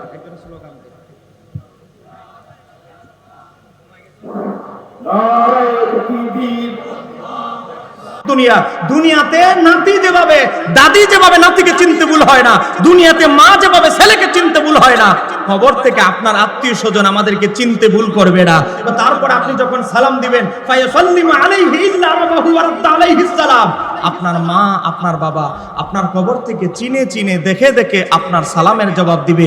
এজন্য আমাদের সুন্নিরা বলে কবর জিয়ারত করতে হবে কবরের দিকে ফিরে, কারণ কবরবাসী আমাদেরকে দেখে। একটু জোরে কন্যা সুবহানাল্লাহ। এই ওয়াহাবিরা বলে কবর জিয়ারত করো, তাদের দিকে ফিট দাও, ফিট দিয়ে কিবলামুখী হও, কবর জিয়ারত করো। ইমাম গাজ্জালি ওয়াইলুমুদ্দিনের ভিতরে লেখে, আমরা যখন কবরের কাছে যাই, মৃত ব্যক্তি যদি তার আত্মা ঘুমিয়ে থাকে, সে জাগ্রত হয়ে সে কি করে? সে বসে, সুন্দর করে বসে, সেজন্য আমাদেরকে দেখতে পায় ভালো করে, এমন ভাবে তারা আসন ধরে বসে আপনাকে আমাকে দেখতে থাকে।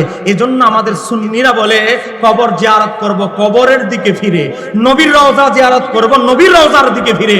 ধরে কন্যা মারহাবা।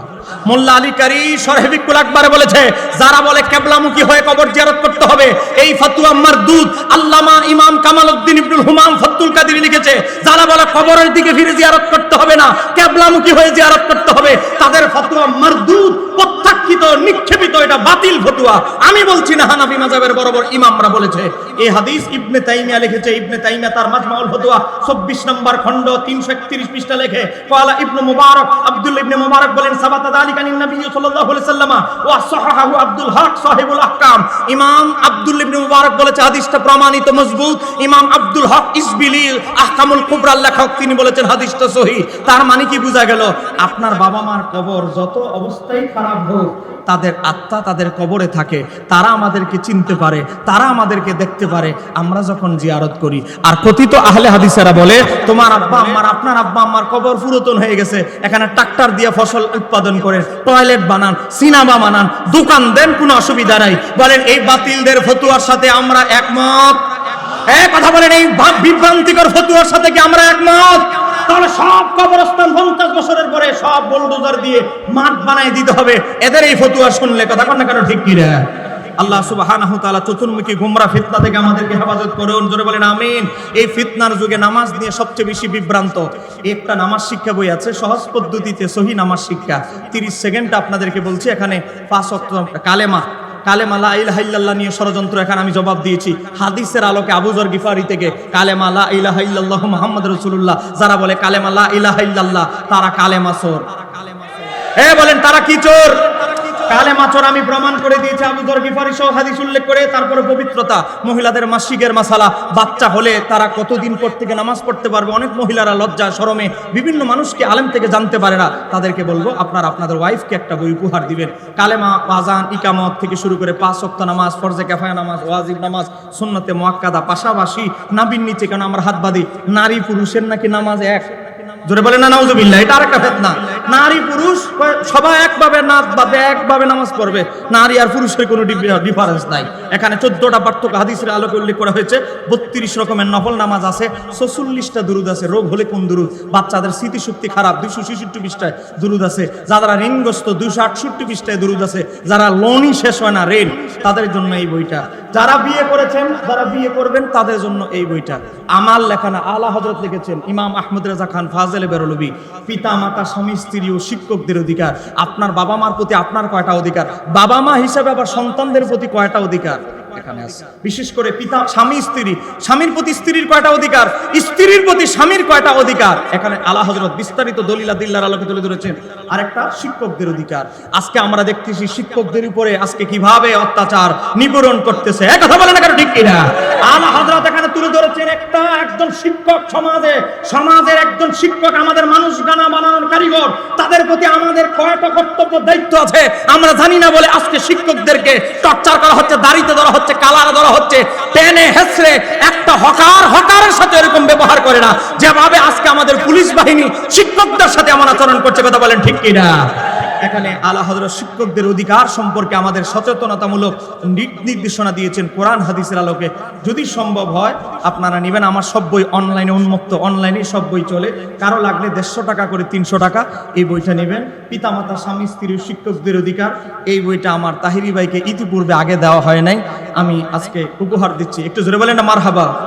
আমি গরিব মানুষ, সবাইকে তো আর দিতে পারবো না, এত হাজার হাজার শ্রোতা, আমার ভাইকেই দিচ্ছি।